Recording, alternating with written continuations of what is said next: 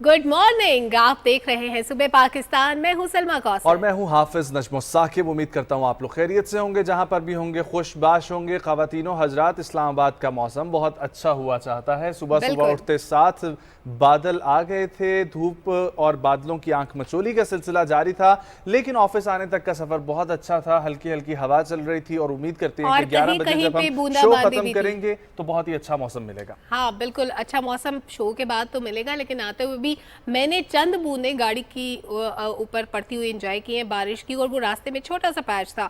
इस्लामाबाद में ऐसे ही होता है, यहाँ बारिश है, 100 मीटर्स आगे जाएंगे बारिश नहीं होगी। डिपेंड्स कि आप किस एरिया में रहते हैं, लेकिन मागिला वाली साइड पे उमूमन बारिश हो जाती है, मौसम अच्छा प्यारा हो जाता है। और मौसम के साथ साथ मेरे पास एक और खुशखबरी भी है। खुशखबरी जनाब ये है कि पेट्रोल की प्राइस कम हो गई है। जब ज्यादा होती है तो आप लोग शोर मचाते हैं, जब कम होती है तो जश्न भी मनाना चाहिए, खुश होना चाहिए। और कितनी ज्यादा कम हुई है मैं आपको बताती हूँ।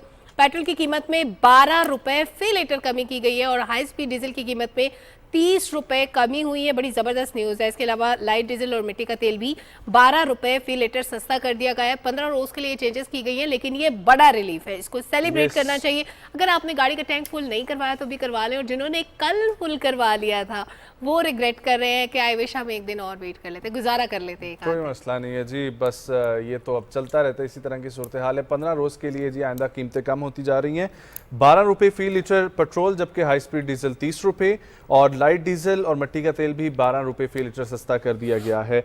ये मुश्किल मुआशी सूरत हाल में इस किस्म का आवाम को बड़ा रिलीफ देना हुकूमत की तरफ से एक बहुत अच्छा कदम है, अपनी आवाम का ख्याल रखते हुए। और इसको मुस्तकिल तौर पर भी इंशाल्लाह आगे चल के ज़रूर ये भी वक्त आएगा कि ये प्रॉपरली नीचे आएगी, लेकिन 15 रोज के लिए जो हुआ है उसको तो एंजॉय करें। हाँ। भरवाएं, टैंकियां फुल करवाएं, मौसम सैर सपाटे करें, एंजॉय करें पेट्रोल को। सही बात है, इतना एक तो हक बनता है आपका भी। हाँ। लेकिन क्योंकि वीकेंड पे इसका बहुत फायदा होगा, और बाकी जिन्होंने भरवा ली हैं टैंकियां वो भी एंजॉय करें। क्या हो सकता है, 2 वीकेंड तो मजेदार गुजरने वाले हैं। 2 वीकेंड्स पे आपको पेट्रोल 12 रुपए सस्ता मिलेगा। आप घूमे फिरे, सैर सपाटे के प्लान बनाए, पिकनिक के लिए आप अभी से तैयारियां शुरू कर दें, और ये सेलिब्रेशन इसी तरह से चलती रहेंगी। और इस सब के साथ साथ आज के दिन की इंपॉर्टेंस नजम बहुत ज्यादा है। बिल्कुल जी, आज का दिन भी बहुत अहम है। और आज का दिन मैंने पहली दफ़ा ये चीज़ सुनी है, और मुझे सुन के बड़ी खुशी हुई है कि इसके हवाले से भी एक आलमी दिन मनाया जाता है। आज का दिन जी मनाया जा रहा है आलमी सतह पर मिलजुल कर प्यार मोहब्बत के साथ रहने का। ये जो सिबलिंग्स राइवलरी होती है, ये उसको काउंटर करने के लिए, कम करने के लिए दिन बड़ा इंपॉर्टेंट है। सबसे ज्यादा लड़ाइयाँ तो बहन भाइयों की होती है। हाँ। तो सबसे पहले तो घर के अंदर मिलजुल के रहें, और फिर मोहल्ले में, माशरे में, शहर में, हर जगह मिलजुल के रहें। लड़ाई झगड़े को अवॉइड करें, दूसरों के लिए आसानियां पैदा करें। मेरा ख्याल है यही इस दिन का निचोड़ है। बिल्कुल जी। कराची से हमारे नुमाइंदे जमीर अब्बास ने रिपोर्ट तैयार की है। अक़वाम मुत्तहिदा की जनरल असम्बली ने अपनी एक करारदाद में रवादारी, शमूलियत, अफ़ाम तफ़हीम और यकजहती को फ़रोग़ देने के लिए बैन अक़वामी बरादरी की कोशिशों को बाकायदगी से मुतहर्रिक करने के लिए 16 मई को अमन में एक साथ रहने का आलमी दिन करार दिया। इस दिन का मकसद अमन, यकजहती और हम आहंगी की बुनियाद पर दुनिया की तामीर के लिए इख्तलाफात और तनाव के बावजूद मुत्तहद होकर रहने और काम करने की ख्वाहिश को बरकरार रखना है। और ये तभी मुमकिन है जब दूसरों के नजरियात और इख्तलाफात को सुने, समझें, इनको पहचानें और इनका एहतराम भी करें। एक दूसरे की राय का एहतराम न करने से मुआशरे में अदम बर्दाश्त बढ़ जाता है, और जिससे कोई भी मुआशरा फल फूल नहीं सकता और ना ही पायदार तरक्की का हासिल मुमकिन हो सकता है। और ख़वातीन हज़रात, अगली न्यूज़ भी बहुत खुशी हुई मुझे ये देख के, क्योंकि एक बेटे ने अपने वालिद का ख्वाब जो है उसको सच कर दिखाया। आप लोग सभी जानते हैं, जब हम जिक्र करते हैं अली सतपारा का, कि जिस तरीके से वो चाहते थे कि K2 सर किया जाए विदाउट ऑक्सीजन, तो वो इस मरहले पर निकले, लेकिन वो किसी तरीके से इसको पूरा ना कर सके। लेकिन उनके बेटे साजिद सतपारा ने K2 का भी मिशन करेंगे, लेकिन उससे पहले माउंट एवरेस्ट, सबसे बड़ी दुनिया की बुलंद तरीन चोटी जो है, उसको मसनूई ऑक्सीजन के बगैर सर कर लिया है। पहले पाकिस्तानी बन गए हैं जिन्होंने ये विदाउट ऑक्सीजन इसको सबमिट किया। साजिद सतपारा ने अपने मरहूम वालिद अली सतपारा की ख्वाहिश को पूरा किया है, और साजिद सतपारा तमाम 14 बुलंद चोटियां बगैर मसनूई ऑक्सीजन के सर करने का अज़म रखते हैं। ये बहुत ही खुशी की खबर है, पाकिस्तानियों के लिए भी खुशी की खबर है, और एक बेटे के लिए नो डाउट इस वक्त एक प्राउड मोमेंट है कि उन्होंने अपने वालिद का ख्वाब पूरा किया। और मुझे ये 2 दिन में 2 अच्छी खबरें इसलिए फैसिनेटिंग लग रही है। कल हमने खातून, हमारी जो कोपैमा है नाइला कियानी, उनके बारे में खबर शेयर की थी, उन्होंने चोटी सर की है। आज हम साजिद सतपारा के बारे में देख रहे हैं कि उन्होंने एक अलग तरह का काम किया है कि वो बगैर ऑक्सीजन के गए हैं। तो बहुत अच्छी बात है, पाकिस्तान में एडवेंचर स्पोर्ट्स और इवन स्पोर्ट्स में बहुत ज़बरदस्त एक्सपेरिमेंट्स हो रहे हैं और बड़ी अच्छी चीज़ें हो रही हैं जो हम गाहे बगाहे शेयर भी करते रहते हैं। लेकिन मैं ये सोच रही थी कि खवातीन जब जाती हैं पहाड़ों की चोटी पे, वैसे तो हम लोग रूटीन में मेकअप वगैरह करते हैं, तैयार होते हैं, खवातीन क्या पहाड़ों पे जाके भी मेकअप करती होंगी? और जो खला में जाती हैं वो भी करती होंगी? हाँ हाँ बिल्कुल, शायद करती हूँ। और लेकिन आपने उस दिन एक और भी सवाल पूछा था। क्या? अब वो अगर आप ऑन एयर पूछना चाहती हैं तो देखिए, ऑन एयर पूछने वाला सवाल नहीं है ये। नजम ने तो मतलब एक मेमोरी इनको बहुत सारे इस तरह के इश्यूज हैं कि पहाड़ों पे जब कोई जाते हैं तो वो क्या करते हैं, क्या नहीं करते, क्या खाते हैं, कैसे जिंदगी गुजारते हैं। ये बड़े कुछ सस्पेंस वाले सवाल हैं जो हम कोशिश करेंगे इनको एड्रेस करें। हाँ, मेकअप की जो बात होती है वो पहाड़ों पे नहीं, खला में मेकअप की मैं बात करती हूँ। खवातीन का हर दिन मेकअप के बगैर अधूरा होता है। मेकअप की कोई भी फॉर्म हो सकती है, लेकिन अभी जो मैं खबर शेयर करने लगी हूँ ये बड़ी ज़बरदस्त खबर है। एक खातून ने 10,000 फुट की बुलंदी पे स्काई डाइविंग के दौरान मेकअप करके सबको हैरान कर दिया है। सोचें, जब बंदे को अपनी ज़िंदगी की पड़ी होती है, पता नहीं जिंदा सलामत ज़मीन पे पहुंचूगा या नहीं। तो इन खातून ने क्या किया कि ना सिर्फ मेकअप किया बल्कि वीडियो भी बनाई, इंस्टाग्राम पे उन्होंने पोस्ट की। ये वीडियो जो कि वायरल हो गई। मेकअप उनका देखें कितना ज़बरदस्त लग रहा है, अच्छी प्यारी लग रही है। और 5 लाख से ज़ायद व्यूज़ आए हैं इस वीडियो पे, जिस पे लोगों ने खातून की बहादुरी को बड़ा अप्रिशिएट किया है। खातून की हिम्मत की वैसे दाद देनी चाहिए। सोचें कि वहाँ पे बंदा सोच रहा होता है कि पता नहीं ज़मीन पे पहुंचूंगा, हालात क्या होंगे, जिंदा होगा, क्या होगा मेरे साथ। लेकिन बस उनकी हिम्मत है, नो डाउट। अच्छा, वियतनाम की आपको सैर करवाते हैं जहाँ पर दुनिया की सबसे बड़ी गार जो है उसको मुख्तस कर दिया गया और उसको लक़ब दे दिया गया कि ये दुनिया की सबसे बड़ी गार होगी और उसका नाम है डोंग। ये डोंग नामी गार इतनी बड़ी है कि इसकी लंबाई 5 मील है और इसके अंदर पूरा एक घना जंगल जो है वो मौजूद है और दरख्त पाए जाते हैं बाकायदा तौर पर जी। और इसमें कई आबशारें हैं और एक दरिया भी बह रहा है। कितना खूबसूरत मंजर होगा। और इस वक्त आप लोगों की टीवी स्क्रीन पर वो मंजर नज़र आ रहे हैं कि यहाँ पर आपको आबशारें मिलेंगी, दरख्त मिलेंगे, जंगल मिलेंगे, दरिया मिलेगा और एक गार। और क्या खूबसूरत, मतलब मौसम जैसा भी हो अंदर तो मौसम अच्छा ही होगा। बिल्कुल ज़बरदस्त। अच्छा, जंगल से जब आप बाहर आएंगे तो आपने कोई नाश्ता पानी भी करना होगा, कुछ खाना पीना भी होगा। उसके लिए आप डिफरेंट चीज़ें तलाश करेंगे। तो आजकल जनाब ग्रीन ब्रेड के बड़े चर्चे हैं। नहीं, रोज़ा आम रूटीन में थोड़े लोग रखते हैं, कुछ नेक परहेजगार लोग रखते भी हैं, लेकिन ज़्यादातर लोग खाने पीने के मेरी तरह शौकीन होते हैं। जो ग्रीन ब्रेड की मैं बात कर रही हूँ ये वाइट चॉकलेट से भी ज़्यादा मज़ेदार है और बरतानिया में बेहतरीन ब्रेड का ताज जो है वो करार दिया गया है इस ग्रीन ब्रेड को। और ये जो ब्रेड है ये डर्बी शायर में एक खातून ने पहली बार बनाई है जिसने शौक के तौर पर बेकिंग की थी, लेकिन अब इस ब्रेड को फ़रोख्त के लिए पेश कर दिया गया है और बरतानवी शहरियों में इसकी जो पॉपुलैरिटी है वो बहुत ही ज़्यादा है। अब आई डोंट नो इसके इंग्रेडिएंट्स क्या हैं, कलर डिफरेंट है, टेस्ट डिफरेंट है। जिन लोगों तक ये खबर पहले नहीं पहुंची थी, बहुत सारे पाकिस्तानी भी बरतानिया में सुन रहे होंगे ना हमें, तो उनको चाहिए कि जल्दी ये ब्रेड ट्राई करें और उसके बाद एक वीडियो पोस्ट करें कि ये ब्रेड उनको कैसी लगी। बिल्कुल जी। और इस तरह की बहुत सारी ऐसी हमारे पाकिस्तान में भी कल्चरल वैल्यूज़ की अगर हम बात करते हैं तो कल्चरल खानों में ऐसे बहुत सारे खाने मौजूद हैं, ऐसी बहुत सारी मिठाइयाँ मौजूद हैं जो उस जगह की, ऐसे बहुत सारे हलवे मौजूद हैं जो उस जगह की स्पेशलिटी होते हैं। जैसे मुल्तानी सोन हलवा, फिर नो डाउट बहुत सारे इस तरह के और हलवे मौजूद हैं। सोन हलवे से रिलेटेड बहुत सारी चीज़ें और भी मौजूद हैं। नाम मुझे खुद नहीं उनके इस तरह क्लियर, लेकिन वो बहुत अच्छा लगता है कि जब किसी जगह की स्पेशलिटी होती है और उसका टेस्ट ना, उसकी वजह से वो मर्दान के पेड़े बहुत मशहूर हैं। इस तरह की बहुत सारी और चीज़ें जो जहन में आती जाएंगी। अगर आप लोग कहीं स्टोर में जाएं और आपको एक आम सी चीज़ जो आप 10,000 12,000 की लेते हैं वो आपको नजर आए कि 1.5 लाख या 2 लाख की चीज़ है, तो कितना बड़ा आपको शौक लगेगा। हो सकता है उसका मटेरियल डिफरेंट हो ना, सोने की बनी हो चीज़, उसमें कोई बहुत ज़्यादा मेहनत की हो लोगों ने, कुछ भी हो सकता है। तो जनाब, ऑनलाइन ख़रीदारी के मौके पर कुछ चीज़ें आपको महंगी लगती हैं, लेकिन ऑनलाइन ख़रीदारी करने के लिए आप जब जाएंगे एक स्टोर पर अमेरिकन, जहां पर एक चारपाई की कीमत है 1,12,168 रुपए और ये चारपाई आप लोगों के सामने है जिसकी कीमत आपके साथ नजर आ रही है। जी हाँ जी, ये कहा जाता है कि इसको ख़ास तौर पर तैयार किया गया है जिसमें ख़ास लकड़ी का इस्तेमाल है, जूत की छालों से बनी, ये रस्सियों से बनाई गई है और तफसीलात में चारपाई के तूल अर्ज़ और इस्तेमाल शुदा मवाद की तफसील भी दर्ज है ताकि आपको अंदाज़ा हो जाए कि ये क्यों 1.25 लाख रुपए की ये चारपाई है। मेरी समझ से बाहर है वैसे, ये तो 2,000 रुपए की मिल जाएगी नहीं तो बहुत भी हुई तो 5,000 रुपए की मिल जाएगी, सही बात है, 1.5 लाख रुपए समझ से बाहर है जरूरत वैसे। है इसकी, ये पिंडी है ना? में जाएं आपको 2 बेड तैयार मिल जाएंगे। राजा बाजार से मज़ेदार किस्म की आपको ज़बरदस्त चारपाई भी मिल जाएगी, बेड भी मिल जाएंगे।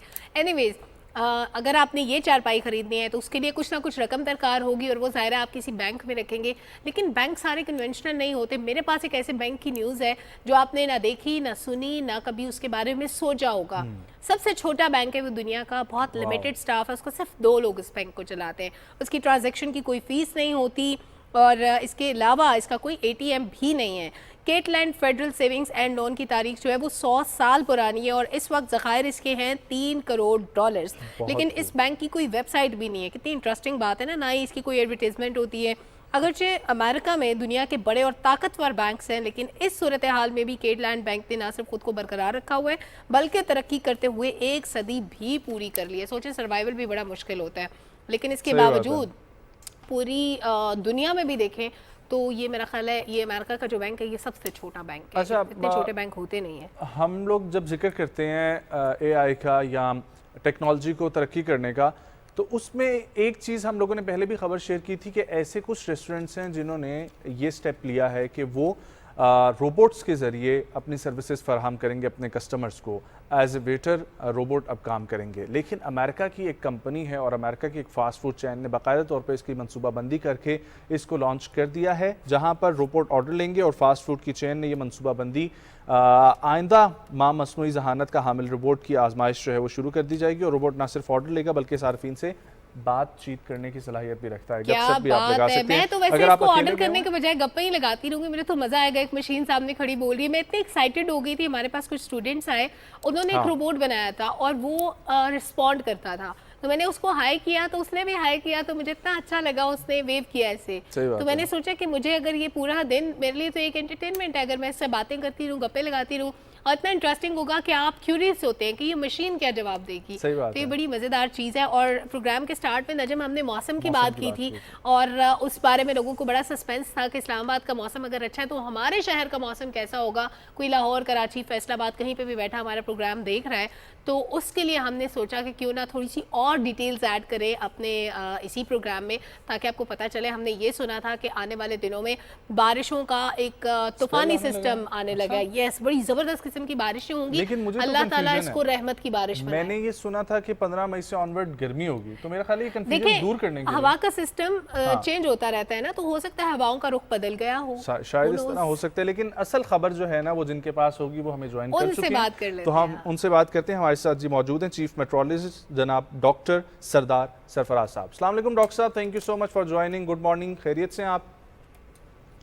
वालेकुम अस्सलाम जी, अल्लाह का शुक्र जी, अल्हम्दुलिल्लाह, डॉक्टर बहुत साहब, शुक्रिया। इस्लामाबाद का मौसम तो बेहतर हो गया, अभी अच्छा लग रहा है, लेकिन पता नहीं ये हम लोग शो करके बाहर निकलेंगे कैसा मौसम होगा। ओवरऑल आप क्या देख रहे हैं पूरे मुल्क की सूरत हाल? जी देखिए, ये जो इस्लामाबाद और केपी के कुछ इलाकों में और कश्मीर में कहीं कहीं बारिश, कोई कहीं हल्की कहीं दरमियानी, और किसी जनूबी पंजाब में एक आध जगह पे अच्छी तेज़ बारिश हुई है कल खानपुर में। तो ये अगले 2 दिन है मज़ीद इसी तरह से स्कैटर्ड बारिश है, मतलब कहीं पर है कहीं पर नहीं है। और उसमें जनूबी पंजाब में भी और शुमाल मशरक़ी बलूचिस्तान में भी और ऊपर केपी के चंद एक इलाकों में और गिलगित बल्तिस्तान और कश्मीर, उन सभी एरियाज़ में 17 बल्कि 18 मई तक है ये स्पेल। उसके बाद फिर ज़ाहिर सबसाइड कर जाएगा, ख़त्म हो जाएगा। फिर आगे कोई एक आध हफ्ता बिल्कुल ड्राई वेदर है और उसमें गर्मी की शिद्दत में ज़ाहिर इजाफा हो जाएगा। तो 24 या 25 को एक और स्पेल फिर इंटर होगा, वही जो आपके बलूचिस्तान के कुछ एरियाज़ में और पंजाब के बेशतर इलाकों में, लाहौर में उसके नतीजे में अच्छी बारिश मुतवक्की है 24 और 25 मई को। और फिर ऊपर ज़ाहिर इस्लामाबाद और केपी के तमामी इलाकों में तकरीबन अच्छी बारिश हो जाएगी। वही 24, 25, 26 3 से 4 दिन का वो स्पेल होगा। जबरदस्त। अच्छा डॉक्टर साहब, मई में हमने कभी पहले नहीं सुना था कि बर्फबारी भी होती होगी शुमाल में, लेकिन अभी हमने खबरें ये भी सुनी कहीं कि कहीं पिछले कुछ सिलसिला दिनों जारी में कहीं कहीं पे बर्फबारी भी हुई। क्या इन दिनों में मजीद बर्फबारी के भी इम्कानात हैं ताकि जो लोग जाते हैं वो थोड़ी एहतियाती तदाबीर भी अपनाएं? नहीं कोई इतनी ज़्यादा इम्कान अब आगे आने वाला जो स्पेल है, क्योंकि इतना हैवी स्पेल नहीं है। वो जो पिछला स्पेल मई का गुजरा है, मई के शुरू के दिनों में, पहले हफ्ते में, वो उसमें खासा कहें कि आप बड़ा स्ट्रांग वेस्टर्ली वेव थी, बहुत नीचे तक आई हुई थी, यानी सिंध तक पे बारिश कुछ इलाकों में हुई, बलूचिस्तान के बेशतर इलाकों में। तो वो जो असल में अपर एयर की जो जेट स्ट्रीम होती है, वो जब नीचे तक पेनिट्रेट करती है सदर्न लेटीट्यूड तक, और उसकी शिद्दत में काफ़ी इजाफा था, तो उसकी वजह से ये स्नोफॉल भी हुई, खासकर पहाड़ी इलाकों में, कागान नारान साइड पे, और केपी के जो दूसरे इलाके हैं, कालाम, सवात के कुछ एरियाज़ में उधर, और कश्मीर में चंद एक इलाकों पर। तो अगला जो स्पेल है वो है तो अच्छी बारिशें मतवक्किया, लेकिन उससे कोई जो बहुत ही बुलंद वाला पहाड़ है उन पे हल्की फुल्की हो सकती है, लेकिन कोई ऐसा उससे इतना कुछ स्नोफॉल का इम्कान नहीं है। अलबत्ता चूंकि मई आपको पता है कि गर्म महीना होता है, तो उसकी वजह से जैसे ही कोई सिस्टम अप्रोच करता है, ये वेस्टर्ली वेव हो या लोकली डेवलपमेंट हो, तो उसके नतीजे में डस्ट स्टॉर्म यानी आंधी वांधी चलती है, और उसके साथ कहीं कहीं हेल स्टॉर्म भी हो जाता है। जैसे वो स्नोफॉल से ज़्यादा मैदानी इलाकों में पिछले स्पेल में हेल स्टॉर्म बहुत ज़्यादा हुआ। बहुत ज़्यादा था, सही बात है। अच्छा डॉक्टर साहब ये बताइएगा कि मैदानी इलाकों की क्या सूरत हाल है? अगर मैं ख़ास तौर पर पंजाब की बात करूँ, अंदरून पंजाब और फैसलाबाद और इस किस्म के इलाकों की अगर बात की जाए। देखिए, ये जो पिछले मेरे ख्याल में 12 या 13 मई को जो हीट वेव लाइक कंडीशंस थी, हीट वेव तो उस तरह फुल फ्लेज नहीं थी, लेकिन ये कि टेम्परेचर्स काफ़ी हाई चले गए थे, 40-42 से ऊपर। जनूबी पंजाब के बेशतर इलाकों में और सिंध में तो 46-47 तक पहुंच चुके हुए थे, खासकर सेंट्रल और अपर सिंध में, नवाबशाह से ऊपर ऊपर जितने डिस्ट्रिक्ट्स हैं। अब उसमें कुछ कमी आ गई है, उसकी वजह यही है कि एक और हल्की सी वेव जो इस वक्त पंजाब पर प्रिवेल कर रही है। सिंध में भी कुछ आंधी वांधी पिछले 2 दिन से किसी इक्का दुक्का जगह पर चली है, हल्की बारिश भी हुई है सखर, लाड़काना, जैकोबाद वगैरह की तरफ, तो उससे गर्मी की शिद्दत में कमी आ गई है। और अभी जो मैंने आपसे कहा कि 17-18 तक ये स्पेल चलेगा, तो टेम्परेचर मतलब बहुत ज़्यादा हाई नहीं जाएंगे, मॉडरेट रहेंगे, लेकिन 19 के बाद, 19 से लेकर 23 तारीख तक, ये जो 4-5 दिन होंगे, फिर दोबारा से गर्मी बढ़ जाएगी। अंदरूनी पंजाब जैसे आपने जिक्र किया, तो दोबारा 42 से 44 की रेंज में चले जाएंगे। साउथ पंजाब में टेम्परेचर हो सकता है 46, 45, 40 भी कहीं पर हो जाए। इसी तरह लाहौर समेत फैसलाबाद, साहिवाल, ये जो इलाके हैं, और सिंध के बेशतर इलाके, वहाँ पर दोबारा से गर्मी की शिद्दत में इजाफा हो जाएगा। लेकिन 24 और 25 को और वेव अप्रोच करेगी, तो फिर दोबारा से गर्मी सबसाइड कर जाएगी। ठीक डॉक्टर साहब, बलूचिस्तान की सूरत हाल क्या रहेगी? बलूचिस्तान के शुमाल मशरकी इलाके जो हैं, वहाँ पर हल्की फुल्की बारिश मुतवक्की है। ये जो ऑन गोइंग स्पेल है, जो पंजाब के बेशतर इलाकों में और केपी के बेशतर इलाकों में कहीं कहीं हल्की, कहीं दरमियानी बारिश है, तो बलूचिस्तान में भी जो शुमाल मशरकी इलाके हैं, जैसे बारखान, सिब्बी, ज़ियारत, कोयटा, उन इलाकों में कहीं कहीं हल्की फुल्की बारिश मुतवक्की है। कोई ज़्यादा इतना स्पेल नहीं है, लेकिन जो अगला स्पेल है 25-26 को, उसमें इम्कान है कि जो सदरन बलूचिस्तान है, यानी जो केच डिस्ट्रिक्ट है, और दूसरा मकरान डिवीजन, या उन वो जो इलाके हैं, वहाँ पर अच्छा स्पेल दिखाई दे रहा है। उसके जो अगला स्पेल होगा, उसके नतीजे में अच्छी बारिश दिखाई दे रही है। ठीक है। और सिंध की अगर हम बात करें, ख़ास तौर पर कराची की। कराची में मौसम बेहतर है वैसे तो। जनरली आपको पता है मई और जून हार्टेस्ट महीने होते हैं, मंथ्स होते हैं पूरे सिंध में ही, और पूरे मुल्क का ही आप कह सकते हैं। और कराची में चूंकि ह्यूमिडिटी का फैक्टर बहुत ज़्यादा होता है, तो हॉट एंड ह्यूमिड वेदर होता है जनरली, लेकिन टेम्परेचर बहुत ज़्यादा हाई नहीं है, 35-36 की रेंज में। तो मई का नॉर्मल टेम्परेचर होता है कराची का, और इसी रेंज में रह रहा है आजकल। गो के हाई ह्यूमिडिटी की वजह से, जो कि एवरेज 50-60% चल रही होती है दिन भर, तो उससे मौसम कदरे पिंचिंग सा होता है, यानी हॉट एंड ह्यूमिड वेदर होता है, लेकिन temperature is not so high in Karachi. यानी पूरे मई के जब बकिया दिन है, उसमें भी कोई बहुत ज़्यादा हाई जाने वाला नहीं है टेम्परेचर। यानी कराची वालों को ज़्यादा परेशान होने की ज़रूरत नहीं है। डॉक्टर साहब, वैसे तो टाइम टू टाइम एडवाइजरीज आती रहती हैं मेट्रोलॉजी डिपार्टमेंट की तरफ से, लेकिन हमारे किसान भाइयों के लिए क्या अहकामात हैं? गंदम तो मेरा ख्याल अभी काट चुके होंगे, लेकिन दीगर फसलें जो इस मौसम की होती हैं, क्या उनके लिए ये बारिशें हार्मफुल तो नहीं होंगी? देखिए, जो जिन इलाकों में कट चुकी है गंदम की फसल, उनके लिए तो इतना नुकसानदेह नहीं है, लेकिन केपी के आपको पता है कि वहाँ जो ठंडे इलाके होते हैं ना, शुमाली इलाके केपी के, खासकर वहाँ पर जब मई के आखिर में बल्कि जून में इसकी गंदम की कटाई होती है। तो अगर जो अगला स्पेल है ये 24-25 के बाद का, वो कुछ इलाकों के लिए अगर उसमें हेल स्टार्म हो जाती है और आंधी वांधी बहुत तेज़ चलती है, तो फिर ज़ाहिर है कुछ गंदम की फसल को नुकसान हो सकता है। तो उसमें किसान हमारा जो एग्रोमेट सेंटर है, वो टाइम टू टाइम उनको एडवाइस करता रहता है कि जो भी एहतियाती तदाबीर हो सकती हैं वो की जाए। अच्छा डॉक्टर साहब, अगर मैं ये देखूं कि आपने जिस तरीके से अपनी बात में खुद 3-4 दफ़ा जिक्र किया और हर बंदा इस वक्त ये बात करता हुआ नज़र आ रहा है कि यार इस दफ़ा गर्मियाँ नहीं आई, इस दफ़ा गर्मियाँ नहीं आई, गर्मियाँ लेट हो गई हैं, सब खुश भी हैं लेकिन बार बार इस सवाल में करें तो क्या ये एक्सपेक्टेड है कि जब अब गर्मियों का सिलसिला शुरू होगा ये जून के स्टार्ट से या एंड ऑफ मई से, ये थोड़ा लेंथी प्रोसेस जाएगा और हम नवंबर तक फेस करेंगे गर्मियाँ?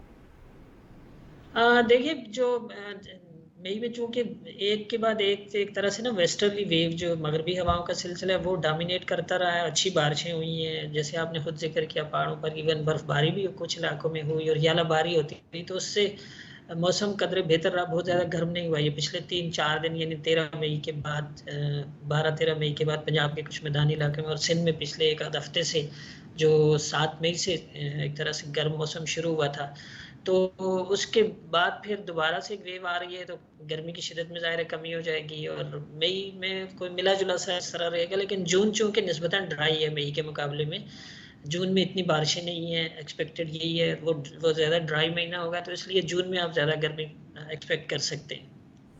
ठीक, जून में वाह वाह एक्सपेक्टेड है वाह। कि ज़्यादा गर्मी होगी। डॉक्टर साहब, अभी जो बारिशों का स्पेल आ रहा है उसमें टेम्परेचर इन ब्रेक्स में कहाँ जाता हुआ देख रहे हैं, क्योंकि बारिश के बाद ह्यूमिडिटी बढ़ जाती है, ख़ास तौर पे जब बहुत तेज़ सूरज निकल आए तो।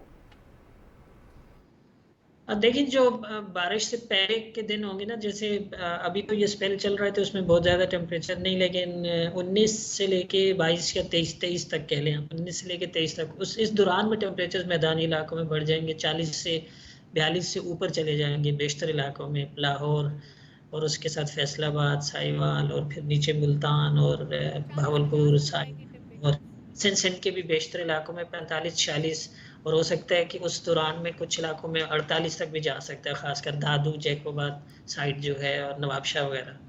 और तो डॉक्टर साहब, हीट लेकिन वेव जो हम सुनते थे कराची में, हीट वेव के कई स्पेल्स हमने गुज़श्ता कुछ सालों में देखे, क्या इस अगले ये जो 3-4 हफ्ते का टाइम है इसमें या इसके बाद एक्सपेक्टेड है हीट वेव का खतरा?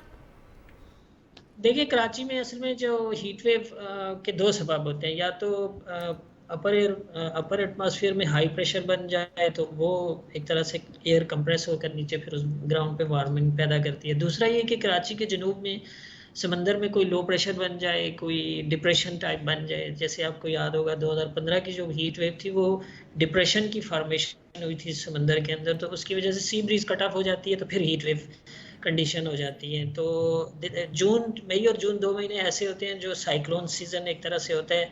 मई तो तकरीबन अब मतलब जो बकिया दिन है उसमें भी कोई इम्कान नहीं है कि कोई साइक्लोन या डिप्रेशन बने। जून में उस सूरत में कि समंदर के अंदर कुछ लो प्रेशर बन जाए, कोई डिप्रेशन बन जाए, तो फिर हीट वेव कंडीशंस पैदा हो सकती हैं। तो देखना होगा कि जून के महीने में कुछ इस तरह की सिचुएशन डेवलप होती है कि नहीं। डॉक्टर अदरवाइज साहब, कराची इस्लामाबाद की सूरत हाल बताइएगा। ये जो आपने आजकल का जिक्र कर रहे हैं 18 और 19 मई तक बारिशें एक्सपेक्टेड हैं और कितनी तादाद में? जी बिल्कुल इम्कान है। आज तो 16 मई है ना, तो 17 और 18 दोनों दिन कहीं कभी हल्की और कभी दरमियानी बारिश, और जाहिर है उसके साथ आंधी वांधी भी चलने का इम्कान है। तो 19 से ऑनवर्ड फिर कोई 5-6 दिन जो होंगे उसमें निस्बतन इक्का दुक्का जगहों के अलावा ड्राई मौसम ही रहेगा, तो उसमें गर्मी की शिद्दत थोड़ा बढ़ सकती है।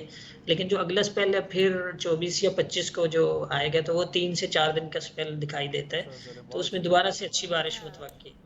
और डॉक्टर साहब, ये जो अभी हालिया 1-2 दिनों की बारिशें हैं, इसमें कोई ट्रैवल एडवाइजरीज कोई जारी की गई हैं आपके डिपार्टमेंट की तरफ से कि बहुत ज़्यादा कहीं पे बारिश का इम्कान हो, वहाँ पे लोग जाते हुए ज़रा एहतियात बरतें?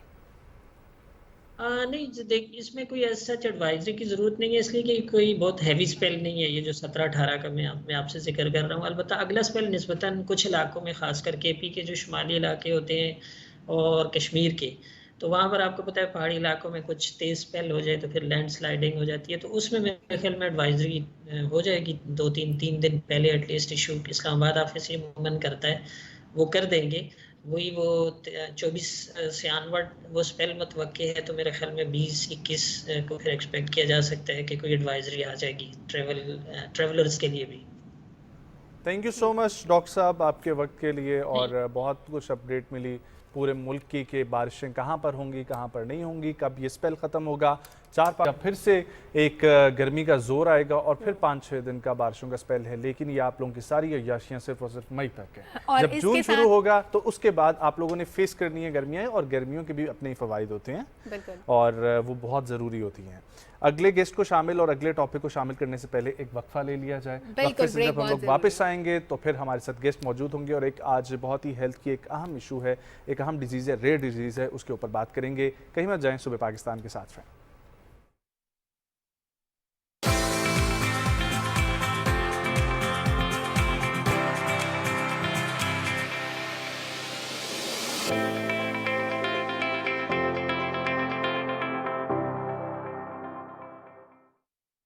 इक़्तिदार के ऐवानों से उठने वाली आवाज़ों से लेकर अवाम के मसाइल तक कौन कर रहा है अवामी सियासत और कौन खेल रहा है अवामी जज्बात से, माहिरीन की राय से लेंगे मुल्की मंजरनामे का जायजा। पाकिस्तान के हालात जो हैं, क्या ये अफोर्ड कर सकते हैं कि इस वक्त इलेक्शन कराई जाए? पाकिस्तान के सियासतदानों को अपने तर्जुमे पे नजरसानी करनी चाहिए। लीडर कौम को तकसीम नहीं करते, लीडर वो होता है जो कौम को इकट्ठा करता है। आपकी वर्किंग मुकम्मल होगी तो आपकी मईशत बेहतर होगी। प्रोग्राम जायजा में बात करेंगे सरकारी इदारों की कारकर्दगी पर, तबसरा करेंगे माशी और समाजी मसाइल पर और आपके सामने लाएंगे पूरा सच। Every day I think we should pay tribute to all the women. ना हमारी मईशत संभल पा रही है, ना हमारी सियासत संभल पा रही है। मुल्क चलना कैसे है? लोगों के पास तो रोटी नहीं है। जो आप गलतियां करते हैं फिर उनका खमियाजा भी भुगतना पड़ता है। बेलाग तबसरों और आजादाना इजहार राय के लिए हर पीर से जुमेरात सुबह 8 बजे से 9 बजे तक सिर्फ PTV न्यूज पर देखिए प्रोग्राम जायजा।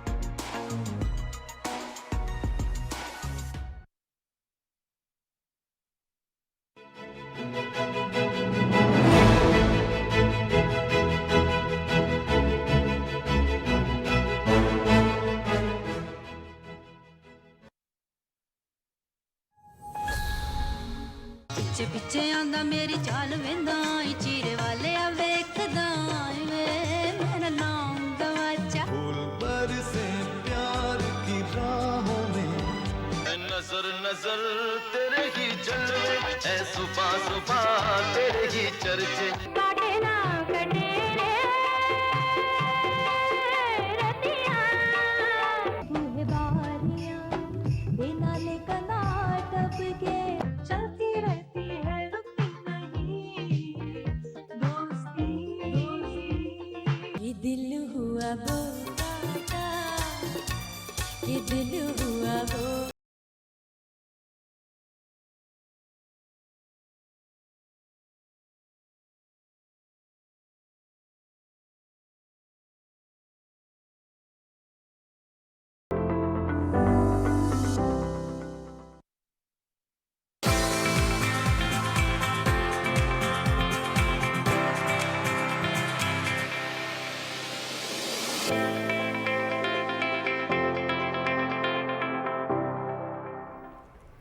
वेलकम बैक नाजरीन। आंखों की एक अहम बीमारी जो कि बहुत कॉमन होती जा रही है, काला मोतिया या ग्लूकोमा, इसकी वजूहात क्या होती हैं? एक तो मैंने ये अज्यूम किया कि शायद जेनेटिक रीज़न होती है, लेकिन इसके अलावा भी फैक्टर्स होते हैं। हमारे साथ एक्सपर्ट मौजूद होंगे, उनसे पूछेंगे कि इसके फैक्टर्स क्या होते हैं, किस एज के लोगों में ये ज़्यादा पाया जाता है। 2 तरह के मोतियों के बारे में हमने सुना था, काला और सफ़ेद। इन दोनों में डिफरेंस क्या होता है, ये आंखों को कितना मुतासर करता है और किस उम्र में ज़्यादा रिस्क पे होते हैं लोग, ये आज जानने की कोशिश करते हैं। कुछ इन्फॉर्मेशन जो हमारे पास मौजूद है उसके मुताबिक तो 60 साल से ज़ायद उम्र के अफराद जो हैं वो इसकी वजह से बीनाई का सबब बनती है उनकी। लेकिन बाकी सूरत हाल क्या है, पाकिस्तान में कितने केसेस हैं, क्या रेशो है, क्या तादाद है, वजूहात क्या हैं और इलाज क्या है, हमारे साथ मौजूद हैं इसी पर बात करने के लिए प्रोफेसर डॉक्टर मोहम्मद अली साहब। अस्सलाम वालेकुम डॉक्टर साहब, thank you so much for coming. खैरियत से आप? जी अल्हम्दुलिल्लाह। डॉक्टर साहब, काले मोतिये और सफ़ेद मोतिया ये हम बचपन से सुनते हुए आ रहे हैं, लेकिन ग्लूकोमा काले मोतिये के हवाले से हम लोग आज प्रोग्राम कर रहे हैं, तो इसकी शरह पाकिस्तान में आप कितनी देख रहे हैं? जी थैंक यू वेरी मच। पहले तो आपने इनवाइट किया उसका, और इस प्रोग्राम की वसातत से तमाम नाजरीन को मेरा मुअद्दबाना सलाम।